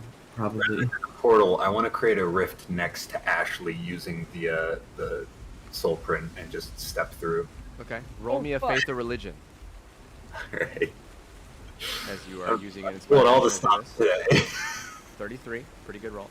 You see you focus, breathe, and all of a sudden, Ashley, you feel this. You see the room open up. Actually, you don't, because you're looking through Ambrose's eyes. You hear a, and you feel yourself suck through, and you see yourself again all of a sudden. Oh fuck! Shit! I let go of my arm. What the fuck? I'll let the thing dissipate off of her arm. You keep the rift open or no? A warning! We can use our words, something about communication. No? Okay, cool. Sorry, I had to get here quickly. Do you know why Osiris and Pride would be at that building? What do you mean? They were leaving as we were leaving. You mean that black smudge and the green smudge? Yes, the green represents pride, and the black one represented death. And we know that Osiris controls death. No, I wouldn't actually. Do you want to go talk with them? Ian is currently tailing them. You see Ian round the corner down the street. What was that building? Where were they? They were at a hotel near the airport. I'm asking Ambra. Oh, gotcha. Sorry, my bad. They were at a hotel near the airport.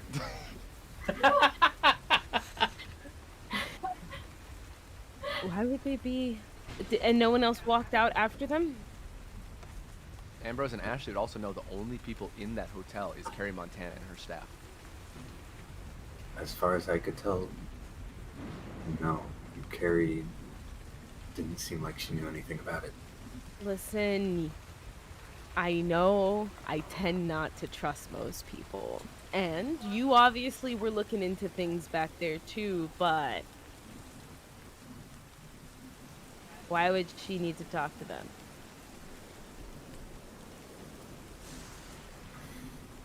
I don't know. Maybe Don't trust it? Don't trust it? Maybe it wasn't about. Maybe it was more of a coincidence that they were all there at the same time. Maybe Carhea and Pride. Ambrose, especially at a time like right now, coincidences are not normal. I wouldn't rule it out, but maybe they have something set up in that specific building. DM, sir? Yes. Can I heartbeat sense that building real quick? Other than Carrie Montana, there's really no one? There's only Carrie Montana and there's And the guard. there's like 12 other people besides Carrie Montana. But they're all in like Carrie Montana's vicinity. Yeah, it seems like they're all packing up, possibly conjoining at the front of the building, probably going to be walking out to where you are, probably within the next few minutes. I don't know, let's just go fucking ask them.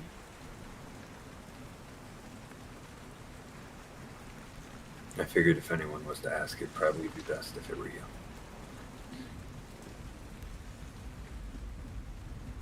Yeah, sure. Why not? Let's follow Ian for a sec here. Okay. So as you are trying to catch up to Ian, are you doing it stealthily or not?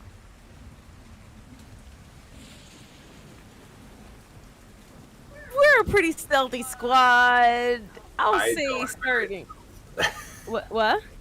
I don't have a great stealth.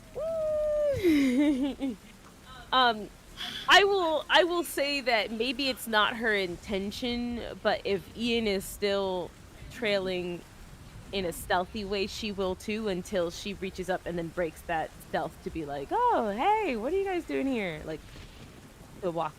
Gotcha. Okay, so Meet them. both of you roll a stealth for now, but I know you're keeping your Yeah. distance for the time being.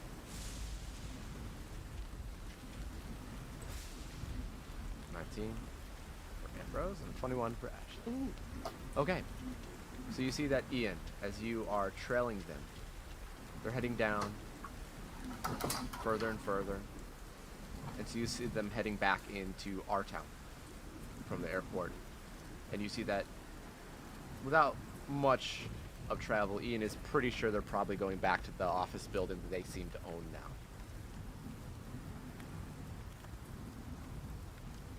Okay. You also see behind you Ashley and Ambrose doing their best to catch up. Yeah.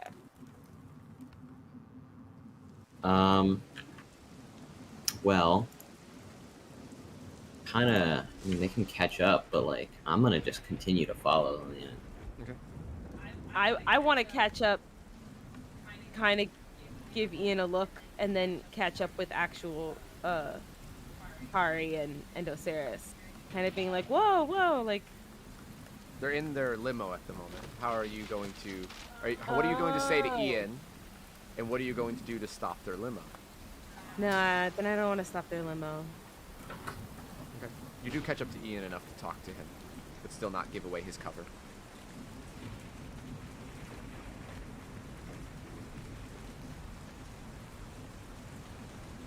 So do I talk or do you talk or what? I don't know. Should I call? Maybe I could call him and be like, "Hey, I just saw you in the area. What you doing?"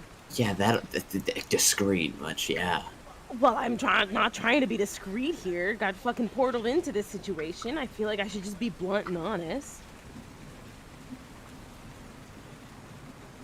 Yeah, that's one way to do it, but like. Okay. What's your way? Clearly they were there for a reason. Uh-huh. Let's figure out the reason. Uh-huh. And then we can just bust them. They clearly are scumbags. I mean, come on. Yeah, but do we really want to be causing more problems right now? Let me see if I can just at least catch him in a lie. And then the next time... Their we'll story's gonna be rock solid. I don't know about Pride. He's not good with his words sometimes. He's too prideful to lie, to be honest. That he might say something blunt and honest, like as if I'd agree with it, but it might mean something different. You can try. Thanks for the encouragement. I'm just saying that Osiris guy seems like he's got a story that he'll stick to it very well. Maybe I should pay Pride a visit the way that he did that one time. And jump on his car. Or is that a bad idea? I mean, it wasn't a bad idea for him at the time. I could just do it. I'm lighter. It would make more sense.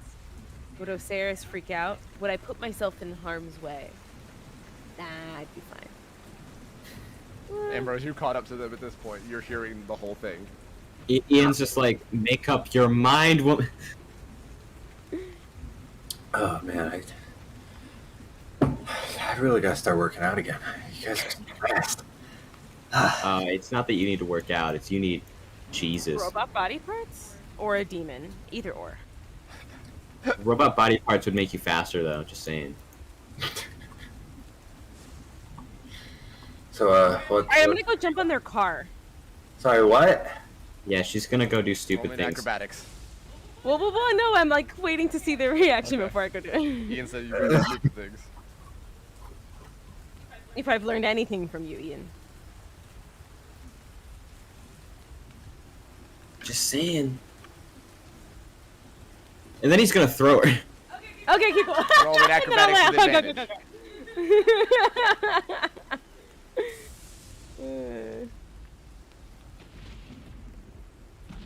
Record, I think this is gonna fail, but So not the as acrobatics. Ian throws you over. Ashley does a triple front flip, legs together, and then on the hood of the car. The car slams to a stop. Not like I don't want to damage the car. Oh no, you don't. You land gracefully, but you just land down onto it, and the car slams to a stop, and you kind of hold your balance and don't get shot off the front unless you want to. Oh, okay, cool. Can I blood slink myself into the car? Well, the windows are closed. Blood?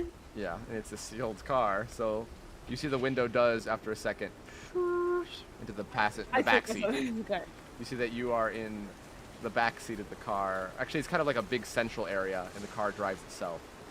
As they sit there, you have Osiris sitting on the back, like kind of the back end. Osiris is on the other, so it's left and right. You see the window close, and they continue to drive. I sit. So Ambrose and Ian just want to know what you're doing. Follow the leader. I think those two speed demons got it. I'm gonna send Ian a text, be like, let me know how it goes. I'm gonna head back. If Ian's leaving, you're gonna just text from like Ambrose like 60 feet away. And you just see him go, and just start walking off. I sit casually in this car, by the way. Ian just sends back seems legit. So, you see Osiris kind of is relaxing back into the car and just says, I wasn't "Greetings. expecting to see you around here. It is very intriguing of you to pop in so abruptly. I'm just doing it the way that Pride did to me. I guess sibling similarities. Right, Cody?" He just kind of nods and gives a look at Ashley, kind of calculating and cold. I was in the area, and then I saw you guys, and I thought I'd... You were in our town. Not surprising.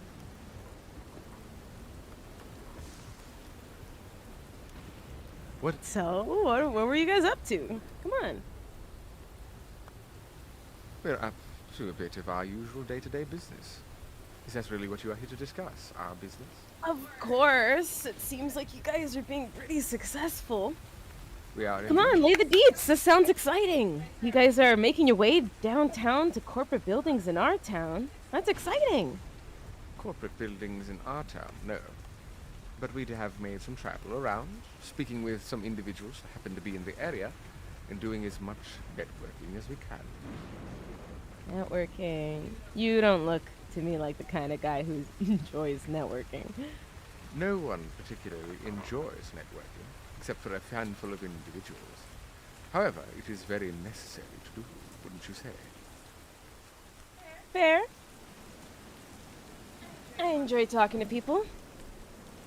With sarcasm written all over her face. Indeed. So, other than just to check in on us, what has been up with you?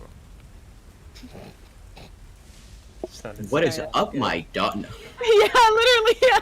She does laugh. He's very Yo, is intentional that the way up, he dog? said it. Is that up, dog? Well, you know, just getting the city ready. Any day now. You guys aren't scared? I have dealt and seen far worse, I'm sure. That's fair. How about you, Kari? You know much of my story. Oh, say that again. You know much of my story. I do not need to repeat myself. Fair, fair. Oh, come on, you guys are boring. We are indeed very busy. If there are things you wish to discuss more directly, Miss Moriana, and you do not wish to fearfully beat around the bush, I'm gladly willing to have a conversation. But until I'm definitely not the one beating around the bush right now. I already asked if there's some good, interesting deets on your amazing company you guys are building up and networking here, and you proceeded to say, we're networking.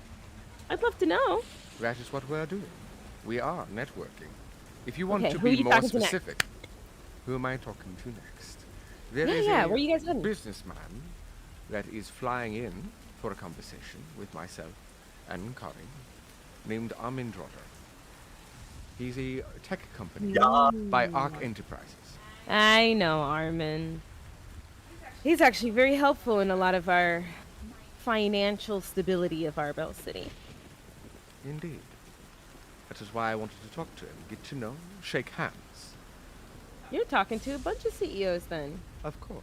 If we want to make a name for ourselves as business, we need to know who is viable to talk to, and who If you want, wants to. Yes. just because you're saying we're talking about networking here, I can get you to talk to Gunther. Gunther Sloan is great, funny guy, very funny guy. I also have a Lila Gonzalez, sweetheart, quiet but gets things done. Go get her. I have Really already good. talked with Lila Gonzalez, and I would directly agree with you, Good. but I have not talked to Mr. Sloan. If you'd like to give me an introduction, Yeah, he's I would not Gunner be Gunner opposed. Computers. Just a bit under Armand, especially after all of the Elias stuff blew over. Unfortunately, tech companies, you know. Indeed. However, there will be a bit of a time that I will be away. So any business you want to send forward will have to be done through Kari. look at Kari. He just kind of looks at you, doesn't say anything. Is he his everything right now? Is he annoyed, upset? Is he just trying to keep Roll himself me an together? insight. His stony glare all the time is very hard to read. But can I use my heartbeat sense to help me out? Maybe.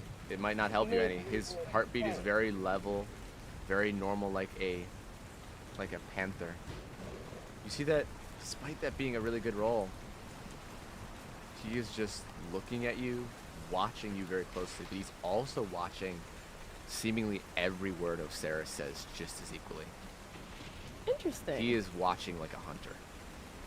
Interesting. Whatever this game, air quotes, is, that's his prey right now. Good to see you'll be in more of the limelight when it comes to all this business talk. I feel like every single time I talk to you guys, it's just him who's talking. Huh, Kari? I let him do most of the talking because he has more experience as a businessman. I have more experience as a ruler. A good leader observes first before they take over. I don't know, the economic success of Coquera didn't come out of nowhere. You definitely know your fair share of business, don't you think? Indeed. But the type of business is different. It's a wide-scale nation versus one localized company. Fair. Alright, who else is on the agenda? That is mostly it for today, because we have a number of staff issues to work out as we do not have enough, and we also need to make sure that the staff that is staying will have safe passage last minute to leave.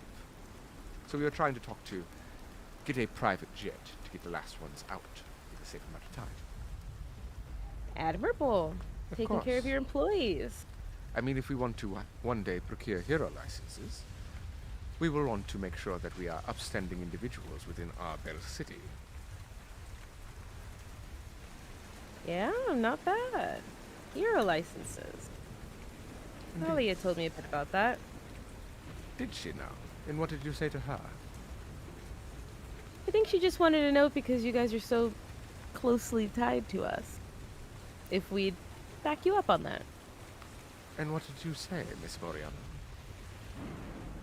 Well, we still have bargains at play and things to do. Of course.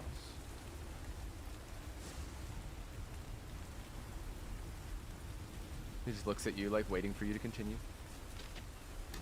He leaves it at that. Well, Miss Moriana, we are at our location. Are you going to accompany us inside, or are you going to go back to your friends? I look outside the window up at the building. Where are we? At their location, at the northern side of our town. At their actual... Oh, okay, the okay. building that they own now.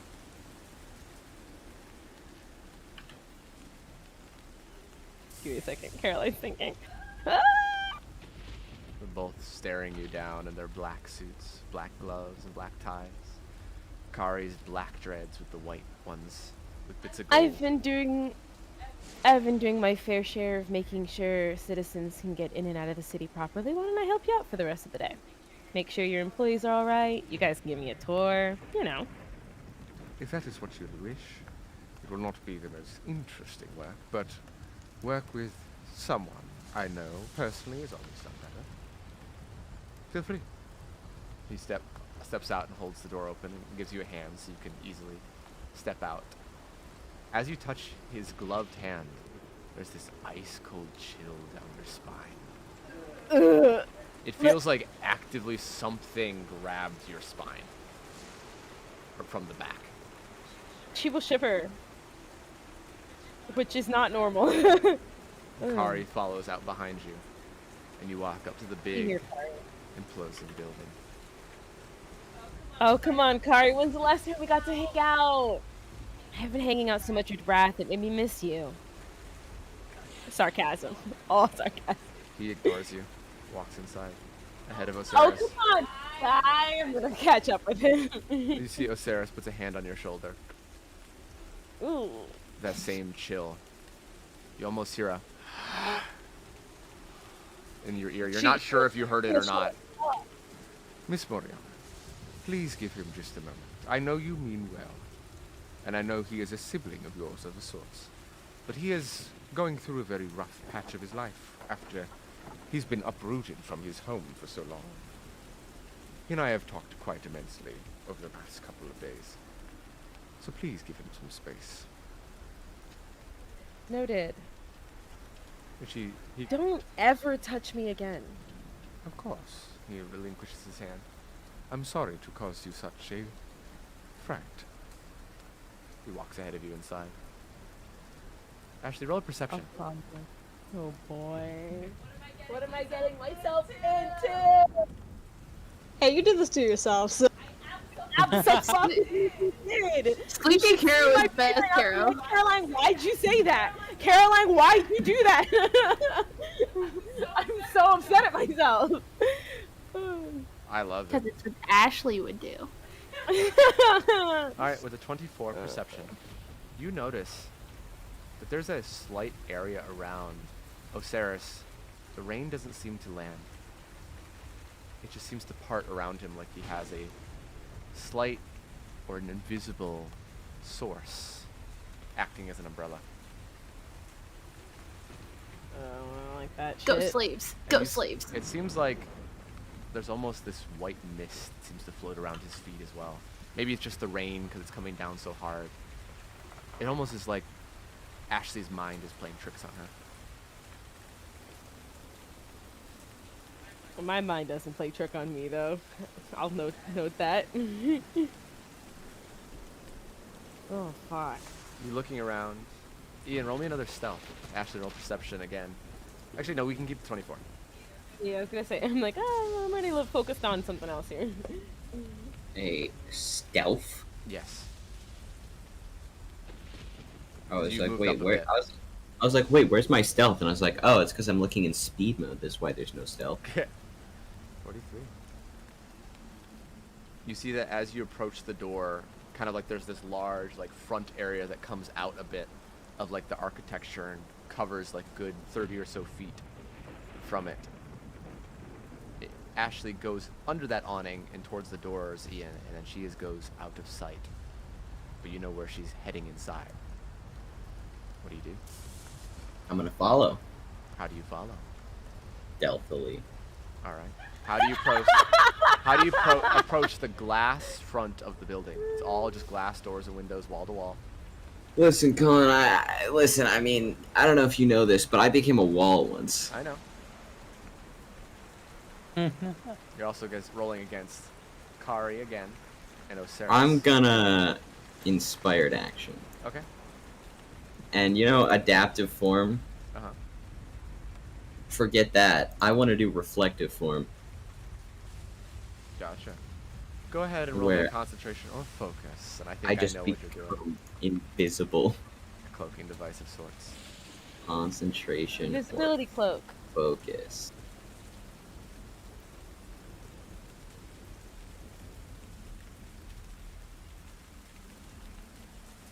$34. Uh-oh. You see that as you slip forward, Kari, who's about to open the door, Ashley, just goes.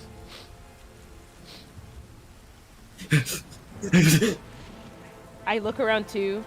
Genuinely, to be honest, because I didn't know if Ian was actually going to keep following me or not. So if Kari's on edge of something, Ashley would kind of also look around, trying to sense if there's anything. Obviously, she won't, because she doesn't know where Ian is. She never does. You see but she'll kind of go under her, like, not a whisper, but just a soft, what, Kari? He looks at you with a kind of a side eye. Looks at Osiris. Nothing. Opens the door and pushes you inside slightly. Not aggressively, just like a gentle push on the back. Feel his claws tap against your back, but not. Kari a second time. Or did you? Nah, he's been gamed. So. Well, or maybe it's intentional. You see that you go inside, you first, then Osiris follows, and then Kari goes in last. The doors slowly swing slowly in. Roll me an acrobatics, see if you can slip inside quietly. At advantage. An acrobatics, you say? Acrobatics at advantage. Okay. Fancy. Ashley will say, walking in. You slip inside. Ashley had actually been here once before. with That's right. Raph. We were in the lobby. You Yeah, see, yeah, however, yeah. there's barely anybody people here. There's no, like, the front desk guy that was just completely indifferent to any of you. Ian, you seem to slip inside without notice. Ashley doesn't even seem to notice either. And you see that there's the main lobby, and they lead you inside. So, if we're going to contact people about trips, I will be needing to do a number of calls. And also, administering the staff that is here what they are supposed to do. Or also where they would like to go, if they have family members. So I have meetings with a number of them. You're welcome to sit in if you like. Out of the corner of his eye, Ian, you see Kari look directly at you. And I will look over to Kari and be like, and you, Kari? I have a couple other phone calls to make. He walks off, away from Osiris. I'm gonna follow Kari. I was also probably going to. I'll probably go to Osiris and be like, Well, I'm gonna stay with whoever Ashley doesn't stay with. if you need assistance in any of that, although it seems like you've got it all organized out, I'm gonna head over to my brother, though. Of course. Ian, who was following Kari, he's like, He like does the step and like pivot. So Yeah. you both follow them off to different rooms. Ashley, you follow Kari into the elevator, and you just I'm not being so sarcastic and cocky now. She kind of tepidly walks behind him and is like, he waits for you. Follows him into the elevator. Closes it and goes to one of the top floors, the second most top floor. You see Osiris walks over to another elevator, Ian, after a little bit farther into the room. And you see he presses it, waits for a second. You walk right up to where it is. The door opens. He walks in and doesn't immediately press a button. He pauses for like a half second. It gives me some time, even though I'm pretty sure Ian's ready, we'll say that. Okay. And then he presses the button. And it starts going up. Do you jump in? Yeah. You can't stealth in the elevator, though. You're just. Yes, I can. I am invisible. Roll me another. Oh, invisible. Roll me another Sorry. stealth. You had advantage. Delph. No, you said advantage. Oh, Thank God. advantage. 39. Saved your It's ass. still a bad advantage. It's not terrible. Your plus is helping you out here. Okay. So you see that you head up the elevator, Ashley, or Ash with Kari. He just stands there, arms at his side, claws twitching slightly. What's with this whole him talking about your feelings and what you're going through right now? Out of all the people, I didn't expect that to come from him. I don't know what you're talking about. You heard us. I don't know what you're talking about, Ashley.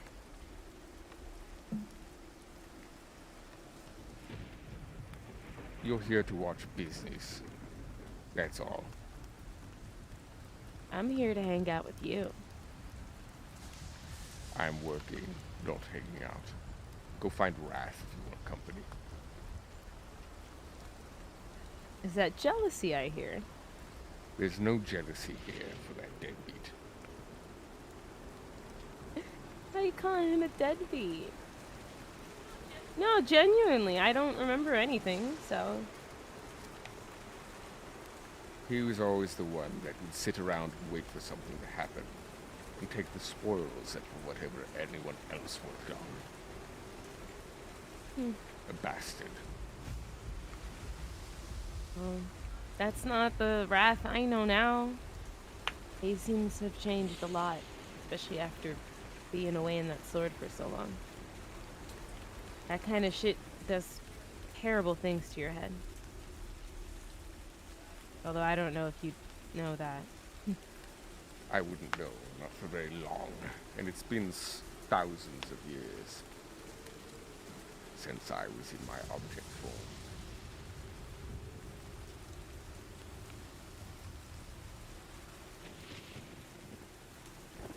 I'm not saying it's an easy thing to do, but you know more than anyone people can grow and change, and maybe sympathizing with some of the people who are trying to help you out isn't that bad of an idea. And who He is trying means to no help me ill out? will. He offers no help. What's help to Pride, of all people? Someone what who counts? listens, and someone who offers actual assistance, not snide remarks. Well, then let me listen. You don't tell me anything. Because you are too busy off with your own endeavors. She kind of steps in front of him with her hands up. I'm not busy now. Yes, but I am. Then we can talk after your work. And I can lighten the load. The door opens. I say as the door. Yes, the door dings. He kind of puts an arm underneath yours and pushes you to the side and walks out. I follow him. In the meantime, No, for real. Let me help you out. as As you we're go to walking. the office, Ian, you're sitting there. It's silent in the elevator. No music playing. Just the rain you can faintly hear outside. Okay. You see his eyes flash. There you are. I had my suspicions. He turns, looks at you from the side. You see his eyes glowing white slightly. Why such subterfuge, Ian? I'm invisible, you can't hear me. Yes, but you forget, I know magic. Magic's not real. Indeed it isn't. But, if it were, imagine I could see invisibility.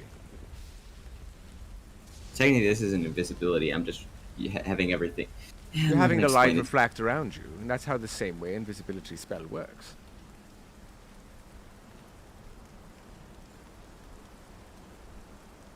Listen. It is very impressive if it makes you feel better. I don't care what you... Listen. I don't speak for anyone that is associated with me right now. I don't like you. Of course not. I could tell that from a mile away. You are much too self-important to care about what I'm doing. So why would you care to like me? No, I just don't like you. You seem like someone that's a murderer. And you are not one? I'm a murderer, but I murder with taste, alright? And you do not know if I've murdered someone, nor how I've done it. If I have at all. Everything about you screams like... The people I fight on a daily basis, you seem to fit that bill, you know what I mean? You judge books by its cover, then? No, I just haven't been able to read the book yet. Well, Athena has been reading the book. Perhaps you should go talk to her. No. I wanna talk to you. And talk away. Well, more like... You know, I want to ask you some questions. Like, what were you doing before you got here? I was networking. No, I mean like before you got to this world. Before I got to this world. Well, as I have stated, to Athena and Cortez, I was at war with one part of the country opposing me. As of course any war begins. Two opposing nations, or sometimes multiple. I've read that you've had a number of world wars, but not one in the recent times. Not since the arrival of heroes from the Blue Cape. But I was in a very independent and aggressive war.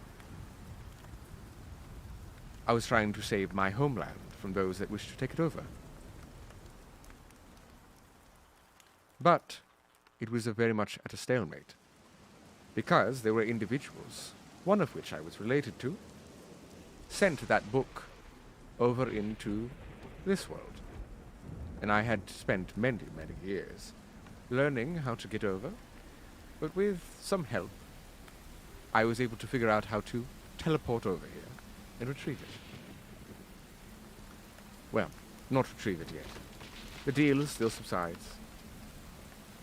But there is much I could do, and much I wish to be doing having it. As I have a family and friends, much like yourself, that I wish to return to, and hope that they are still alive by the time I return. That is what I was doing. More or less. I could sit down and speak with you upon hours of hours, if not days, with the things that I've been doing, but I'm sure you could do the same. However, in your world, most of it I can read. Yeah. Unless there is something that is not That's a on nice record. broad overview. Indeed. Let me ask you this. You're a smart individual. I would agree with that. You kind of, as you said, you were just networking. You understand social status. Indeed. What was yours? What were you seen to the public? It depends on which side you're asking. I'm asking in the grand scheme of things. Well, the grand scheme of things, people would see me as a very powerful mage. One that dabbles in all different types of magician work, sorcery, wizardry, all of it. There's those that would say I was evil and cruel. But those are the sides of the war that I was opposing. There's those that would see me as a hero, a revolutionist, a forward thinker. Again, on the opposing sides, those would see me as a dictator, as I was ruling over a large portion of people, and that is where the opposition originally arose. My power scared the others. One thing led to another. Bad blood led to bad blood, and a war was forced upon all of us. One cannot simply back down when one's family is murdered. My grandson killed.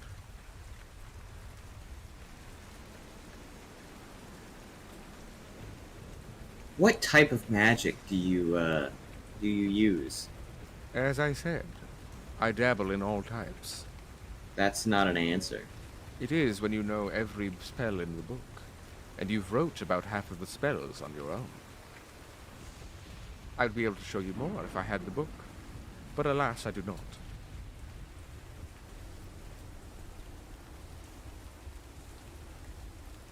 I guarantee you know- anything you ask of me to do, I can probably do it given enough time.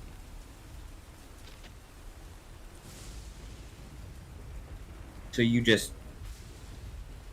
just do things Indeed. because you want to do them. Well, there's usually a very specific way of achieving those things. I cannot simply will it to be. For some things. For smaller things, yes. But for certain words, or a complex array of thoughts in the right order, can cause certain realities to shift. You see his hands kind of wave. He mutters something very quietly and very concisely in a kind of hissing language. And you see a snake, black, curl up his arm, wrap around his neck once, and sit on his shoulders. Ian recognizes that as a fear snake. Interesting. But this is all cool. Magic is very cool, indeed. But what is your point? What are you getting at, Ian?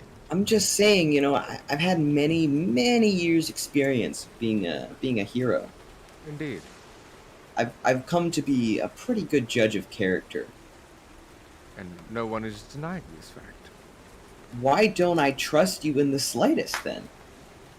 When one is in such a place of power, intelligence, and ability as myself, one cannot be helped but be intimidated by my presence. Oh, so you think I'm intimidated by you? I would say you're at least fearful of what I could do, not necessarily what I have done. But I do not blame you for it. But if you could, dear, look past it. Ding! He walks out. This bitch called you. Oh, you're not going anywhere. Are you threatening me, Ian? He says, stopping just outside the elevator. Our conversation's not finished. Did I say it was? Come.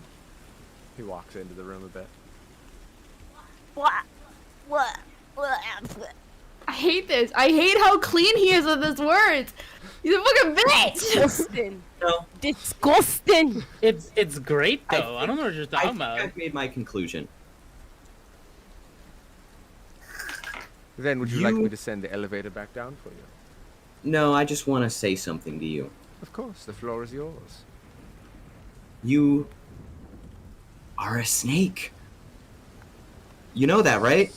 You're someone that's profound with their words, has the right things to say that will never make them incriminating. But that you're full of bullshit. You think you can decide what's good and evil. You think you can decide what you want to do. You're a fucking dictator, you know that? Just because you wrote the magic. You're not deserving of shit. I believe there is a term for me that is very similar to what you are. An influencer. He reaches in, hits the door, and it starts to close. Wait, is he in it with me, or? No, he stepped out of it. Oh, then Ian's gonna put a hand out and stop that. Oh, so as soon as I'm onto you, you're gonna close the elevator? I'm saying we have a much more in common. People No. probably would think of you similar to the way they think of me. You know what the difference He puts between up a you and hand. me is? Let me get my point across first, Ian. My point is that you, if you wanted to, if you called the people to arms, how many thousands would come flocking to your aid if you asked them to join you and rally on the streets and riot? Why would I do that? Not saying you would. But who's to say if you needed to save someone you cared about, that you wouldn't? Think about the dire circumstances of one's life that you know nothing about. Before you wisen up and speak out with that snake tongue of yours. Here's the difference. I wouldn't.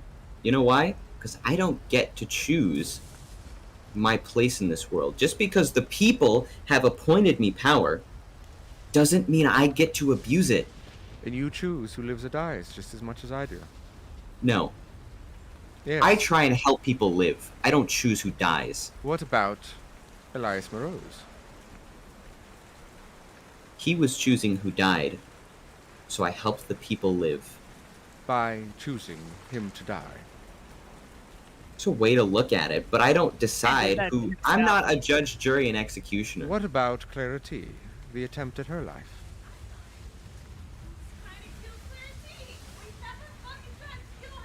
When someone is actively trying to become a god of the world, So what would when you they do? become beyond a certain point, beyond your limits, then you decide to be the judge, jury, and executioner. I am a simple man. I don't rally the people. I get to choose what I do. I can take my life and do whatever the hell I want with it. But that goes I back could on what you throw said myself before. off a building. You could. And you'd probably still live. People would put you Yeah. back together. Because to them, you are a god to them. There's people that practically worship your very existence. There's people that would drool themselves to sleep at the thought of you. The fact that you've touched their hand once. The fact that they have shrines with your face on it. You're just in a modern day. Ashley. It's You kind of are- weird if you think about it. It is, indeed. But how is that different from how... Alright, you know what the difference between us is? We can put all the other shit aside. Here's the difference. I fight for good, you fight for what you want. Is that so? Yes. No In matter what- how you want to spin it, no matter how you want to flavor it, that's how it is at the end of the day. We could go on forever, Ian, back and forth. We simply see differently. You are young. And I'm sure you'll come to see the difference of doing what one wants and doing the right thing is sometimes the same thing. You want It to never save is. people. That's what you want. For what? No, I want to retire. I want to go to the beach. Then do so. No, it's not my job. It's not what I get to do. It's not what the people want. It's not what it's expected of me, you know? All I'm saying is maybe you should just go home. I am going home. Very soon. But I'll be back within no time. No, I think you should stay, you know? And you are not one to make that decision. Again, it's within my right to make a suggestion. Yes. But decision for me, I will choose to decline the suggestion. But unless you are going to come and watch me do my business, I believe this is where we bid adieu.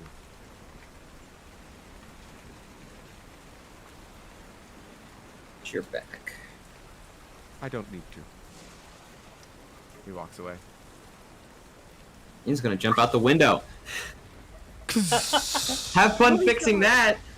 Don't worry, I'll billing you. And then he like starts floating up. He's like, "Don't worry, I'll pay for it." And then he floats down again. No need. He waves his hand and the glass reverses. And you're outside the window now with a fixed window. He just I waves hate him. and walks off into a room. Honestly, I had half a mind to attack him there. Icky, Ian wants to been make Clarity bad and Osiris enemies. Got it. Cool. I Let's get it. Ian sees people that are doing wrong, whether they are open about it or not. He's gonna start conflict. Yeah. That is the Ian way. You guys are like, "Oh, we'll figure it out. We'll deal with it. We'll find a way." Ian's like, "No, just like fucking say I hate you." Like, come on, guys. Oh no, bitch. All right. So, after all that, in the meantime, Arya. Pushing a truck. Hold on. You guys have gotten back in just about a moment or so. Arya. Okay. And Athena and Zoe are alone again in the house for a period of time. What is it? Are you doing anything in particular? Pillow fort, pillow blanket fort. We're gonna make the closet a nice, happy, comfy place. So within the next hour or so, you see that you've turned it into many hot chocolates. cozy pillows. Zoe has persuaded Arya, which didn't really take much doing, I'm sure. She's had 3 cups of hot chocolate at this point. There's a little bit on her face. She is wired, but enjoying it and having a fun time. There is a point, though, where she kind of gets into imagination, and she just says, I used to play this game with the gods I would control, or tell them to play with me, and we would play games like we were hiding from the monsters. Kind of jumps the thunder. So, and then we would wait for the monster, and then they would protect me from the monsters, and I would get away.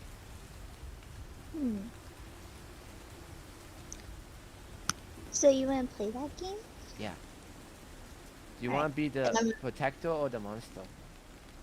Athena, you want to be the protector or the monster?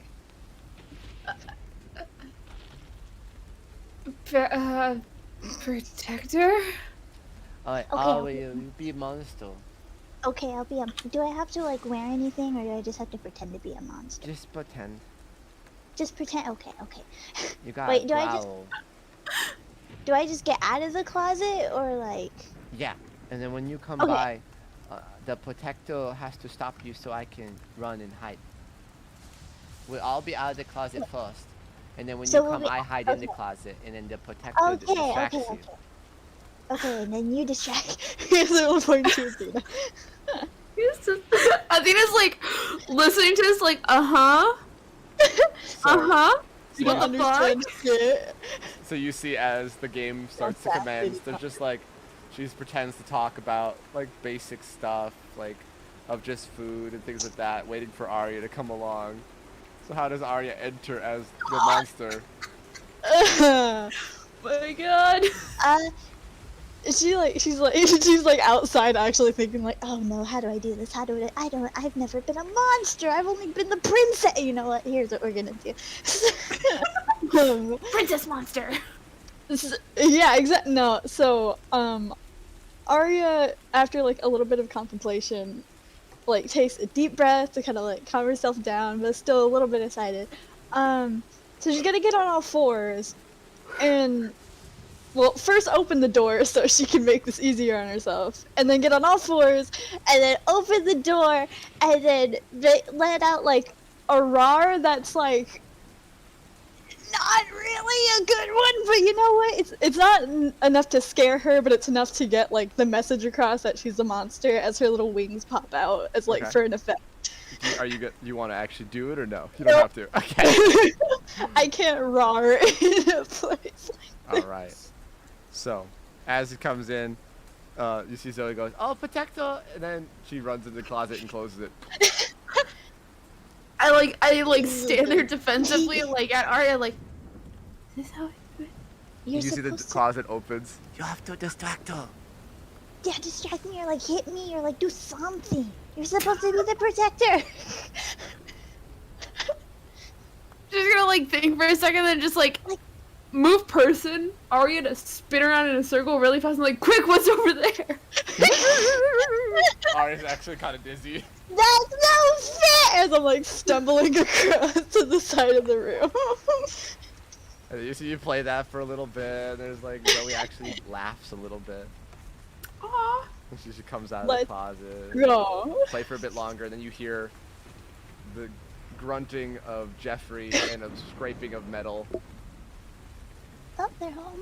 Sounds like the boys are back. That's good enough. Thanks. Is it still raining and storming out? some work.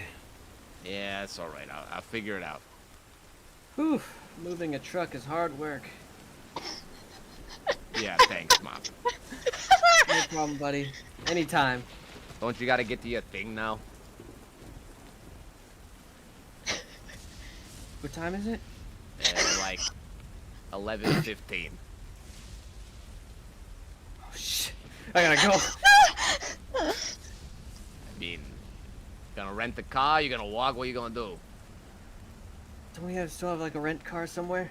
I think we can call one. I guess. Okay, I'll What, call. does Dina have a rent car? I mean, not at the house right now. don't have Polly's any just been cars. sending cars for you guys to pick you up and drop you off.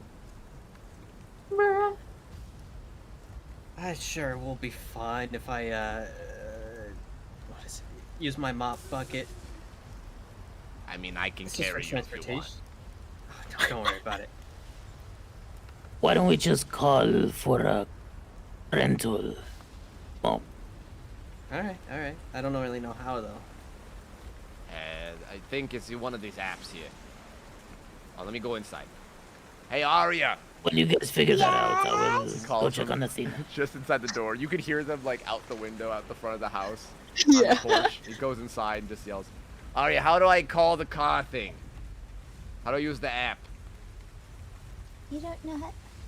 I don't know how to. I've never had the call. Like, do I call them on the phone or do I go on the website? You get it from the app. Which app? Jeffrey, it's literally.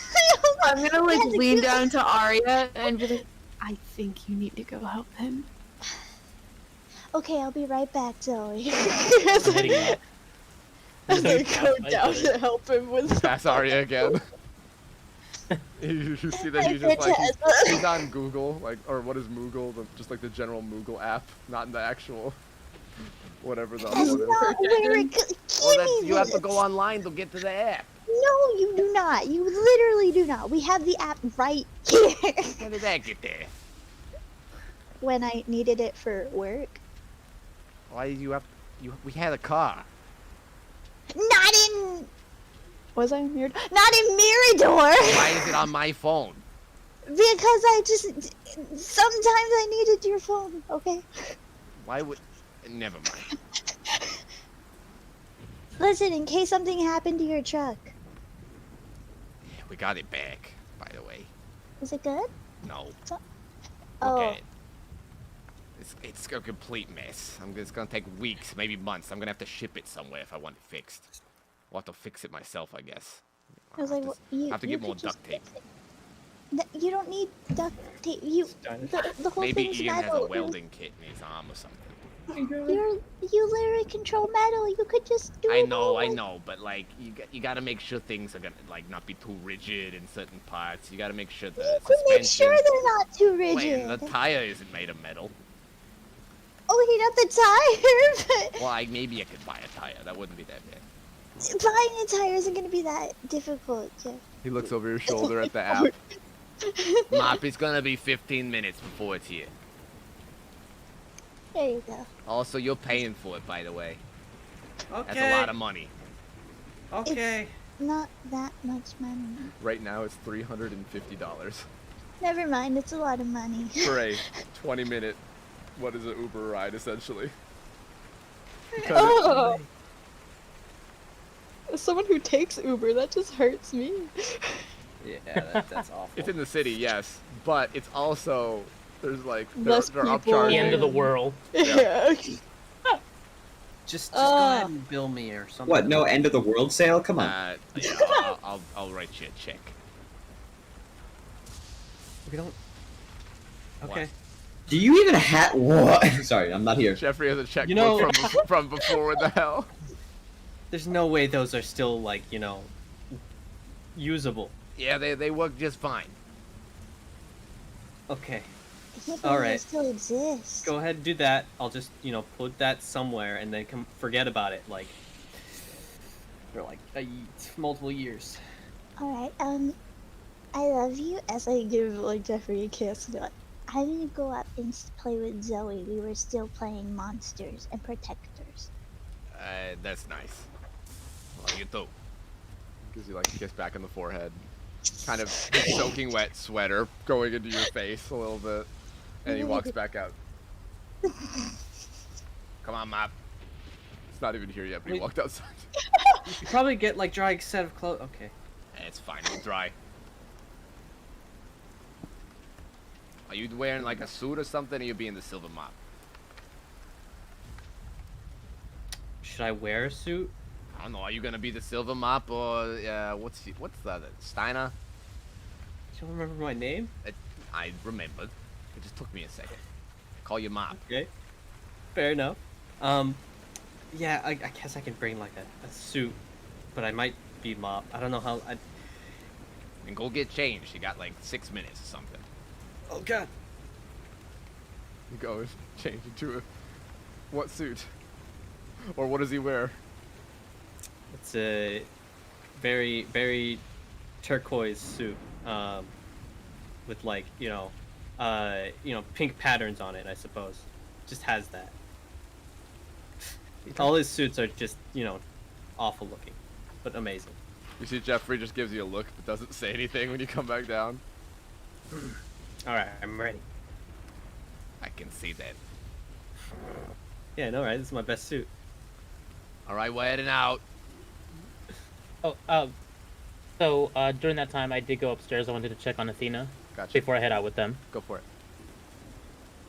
it. So Cortez, I guess he sees the mess of. Well, just in the closet. The room is pretty much normal.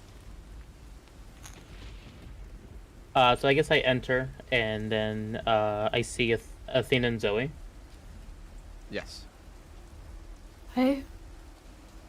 I'll be heading out with Jeffrey and Mop to the beating thing that they want to do. Is there anything you need? ¿Estás bien? Not that I'm aware of at the moment. If I think of anything, I will message you, okay? Alright. Be safe. Let's look at Zoe. She kind of looks back at you for a moment, but then kind of looks away again like she usually does. Both of you take care. And then he goes to meet as you the other hear. two. All right, we're heading out. Both Sorry, of but you. there's- That's big. No, it's good. I'm gonna put like a hand on Zoe, like that's like an affirmation of like that was him being nice. Don't worry, you're good. Okay. So, you see as those three head out, like as you guys are pulling up in the Uber, you see Ambrose will walk up towards you guys. Hey, where are you going? To the rally thing that I set up, or that my agent set up. All right. Do you want me to go with you? Yeah, if you want. It'd be nice to have extra people. Makes me feel less awkward. I'll be there to listen more than anything, just in case. Thumbs up. All right, hop in. It's gonna be a bit cramped though. I only got like a 3 foot. He's sitting on. I possess. Who has an item on them? Mop has a handkerchief in his tacky suit. All right, I'll possess the handkerchief. He just like What? grabs it. I've never had this done to me before. He's looking at the handkerchief like. Where did he go? Welcome to my world. I'm gonna poke the handkerchief. You feel it, but you don't get popped out anymore. Yep. All right. Well, let's head out. Okay, you guys head out. As you head over there, you see that you get there like at 12 o'clock. You see that you get a call from your agent like 5 minutes before you're there. Clink. Hello? Hi, Mr. Stevenson, Silver Mop. Are Yeah, it's you me. attending your rally that we've set up? Yeah, I just arrived. Oh, good to hear. Because Mr. Quentin Johnson of the Peacemakers of Karana, they wanted. He was getting worried because there are a bunch of people already there, kind of talking. I know they're a few minutes early, but we assumed you would be there as well. But if you're there, all things are set. Okay, good. Yeah, sorry, I had car troubles. Do you know how many people have arrived? I think there's around 350 people. Oh god. Perhaps more, because these are all the people that have showed up around 11:30. We believe that there should be the last group showing up now, so we haven't gotten a final head count. Oh boy. Okay, yeah, I could. That works. Did not expect that many people. All right, I'll be right in there. All right, thank you. Enter on the east entrance, by the way. East entrance, got it. All right. Bye. Bye. So you see that you go in, there's like tons of cars. It feels like these are all the people that are currently in Arbel City. I thought there were gonna be like 2 people. Well, there was originally scheduled to be 50. After all the other people got kicked out of the city for safety reasons and causing problems. Where did these people come from? And you see that Called as you're going, I need both you and Cortez to roll a perception. All right.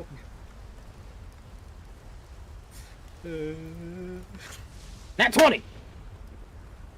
Nice. Nat 14. So Cortez, you notice this the most. Mop, you just see that there is probably a few thousand people here. So Cortez, you notice that a lot of these people, from the look of it, a lot of them are news reporters trying to be low-key. A lot of them are fans or people that have had a lot of money that have snuck back into the city. As a lot of them don't look to have a lot of the same station as a lot of people that you can tell from largely in the front are people that are actually still living in the city. So there's people that are abusing the time that Mop has to be able to probably ask questions. You see when you get inside the East Entrance, the staff that have set up for this is in panic chaos mode because they were not expecting this many people either. So they're trying to organize and figure out how many questions and how the questions are going to be asked. And they see you guys.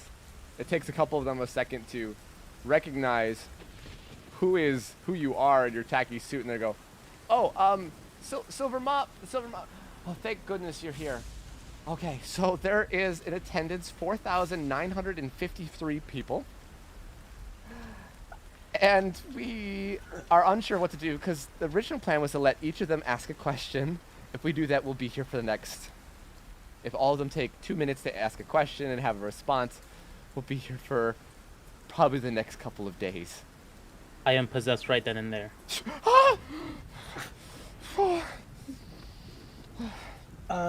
From the looks of it, Mob, it would appear that a lot of them are reporters. Just wanted to help. Reporters. Why are reporters here? I just wanted the people, not the reporters. Well, it would appear that your popularity, at least with your popularity, a lot of them want to ask questions for you specifically. And not only that, it would appear that people who seem to really like you has also appeared, even though they were originally out of the city already. Okay. Let's see. Right now, Do we- while you're thinking, you do hear a crowd of people laughing as Quentin seems to be entertaining the crowd. Thank God. By himself. Quentin. The clutch. Alright. Do we know the specific people who have, basically registered or, signed, actually were to show up here? We have a general list of names, but we don't know how many of them are still in the city because a lot of them from protests before this rally got kicked out. So there's 50 that might raise their hand, and then we have a good large margin of not knowing who's who. If I may suggest something. Of course, It would anything. appear that the ones in the front were the ones that were still living in the city. So I would suggest picking those who are in the front of the crowd. Okay, we can do that. Do you want me to just keep those in the venue, or do you want us to just make sure those are the only ones to ask the questions? Maybe we could have, first part of the thing would be to answer their questions at priority. Afterwards, if everybody else who have showed up, who are technically not supposed to be here, have questions, we'll give a certain amount of time for them to answer. How do you want us to administer the questions? Do you want us to walk around in the crowd for people you point out? Do you want us to have them line up? And they each walk up and ask a question? Character, or not, out of character. What is the setup of it? Where it's like you're on a small stage, and they're all kind of like in like a movie theater, amphitheater type of type of setup. So they're like sitting in chairs. Okay. There's like a podium for you to stand at with microphones. All right.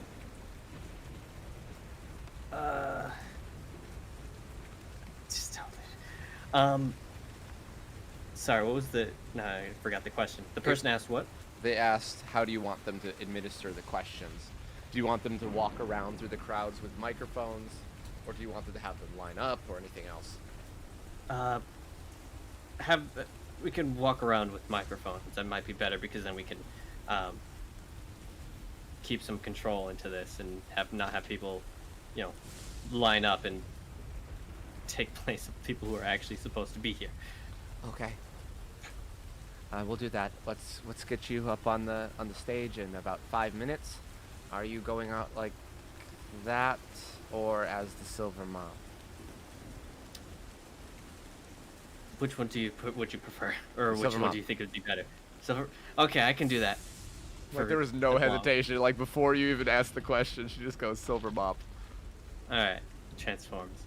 She's like forgets how big you are, and like takes a step back. Well, let me get a bigger podium. 1 second. Okay, sorry.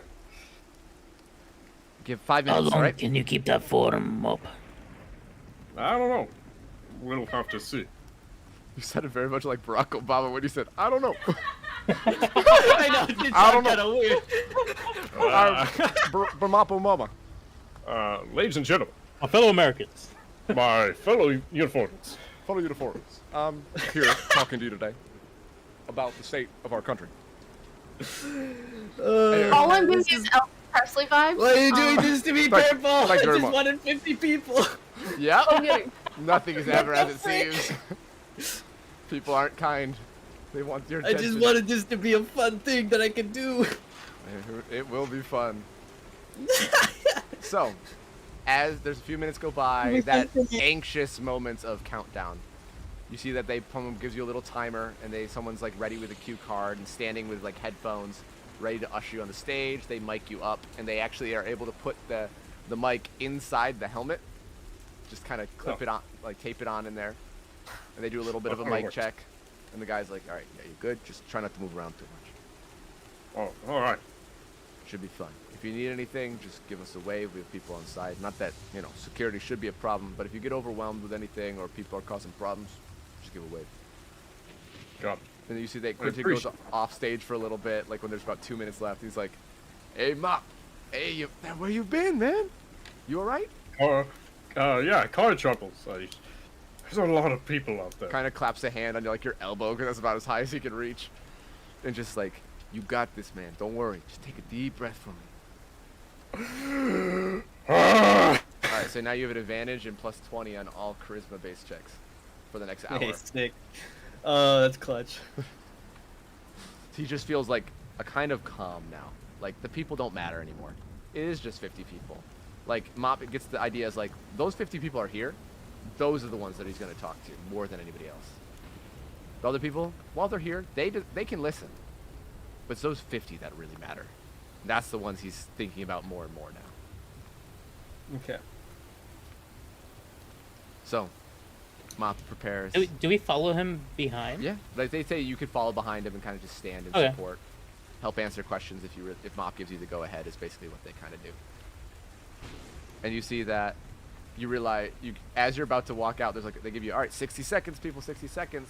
You hear the door open behind you. You see Thalia kind of wheel in with the general. God damn it. Hello, Mop. Cortez. Hello. Ambrose. Jeffrey. Good afternoon. Heard you have a lot of party crashes. Yes. It's very unfortunate, but we can make it work. I'm here if you need anything. Maybe you can take my place. No, I'm just kidding. You should be fine. Just sit back and enjoy. I will not enjoy it probably, but I'm here for support if you need it. Thank you. All right, and go. Mop, step on. Starts walking up. And that is where we'll end for tonight's Follow session. behind. Oh, God! Steinar, you better write your shit down. Bonuses. I got some time to write. You need to think some shit out. You need to write some things What did I down. do? You gotta prep 5 different pages of rebuttals to the stupidest of questions. I beat people up. I don't answer questions. You put yourself in this position. I don't know how to explain it for you. Yo, I can't wait for Zuning's here next session to just be thrown into this as well. This whole episode is all of us putting ourselves into positions that we weren't expecting to put ourselves into. Athena dealing with kids, Mop has I don't know what you're talking about. Arya's just fine, yeah. Arya's in her element. Ian's kind of in his element Arya too. got the easy out. She got to play pretend. My degree's So coming in let's clutch. go right through now. everybody's day. Mop is having a rally he wasn't expected for. Cortez was out in the rain watching his friends struggle with cars, and then is there to support them at the pep rally. You know, complimented a child. You know, Ashley's in with the wolves, talking with her brother. Athena's playing protector, pretend monster games. Ian's kind of in his element too, calling people out for their bullshit. Yeah. Ambrose is kind of piecing out as he normally does.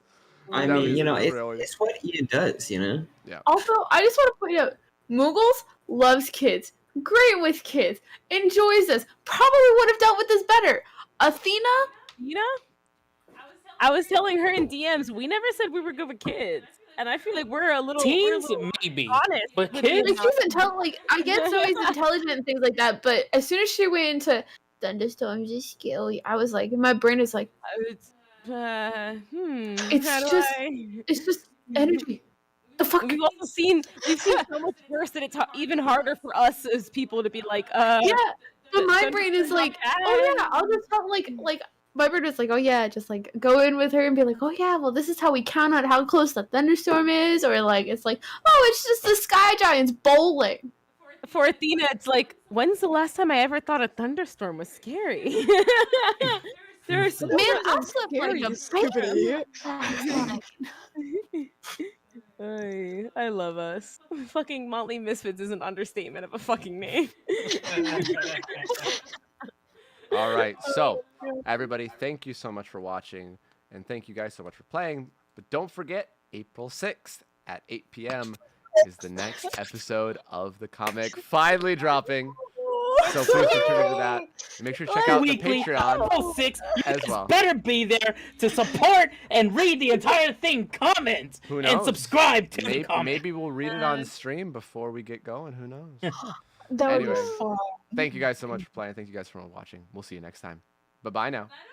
Bye. Potatoes!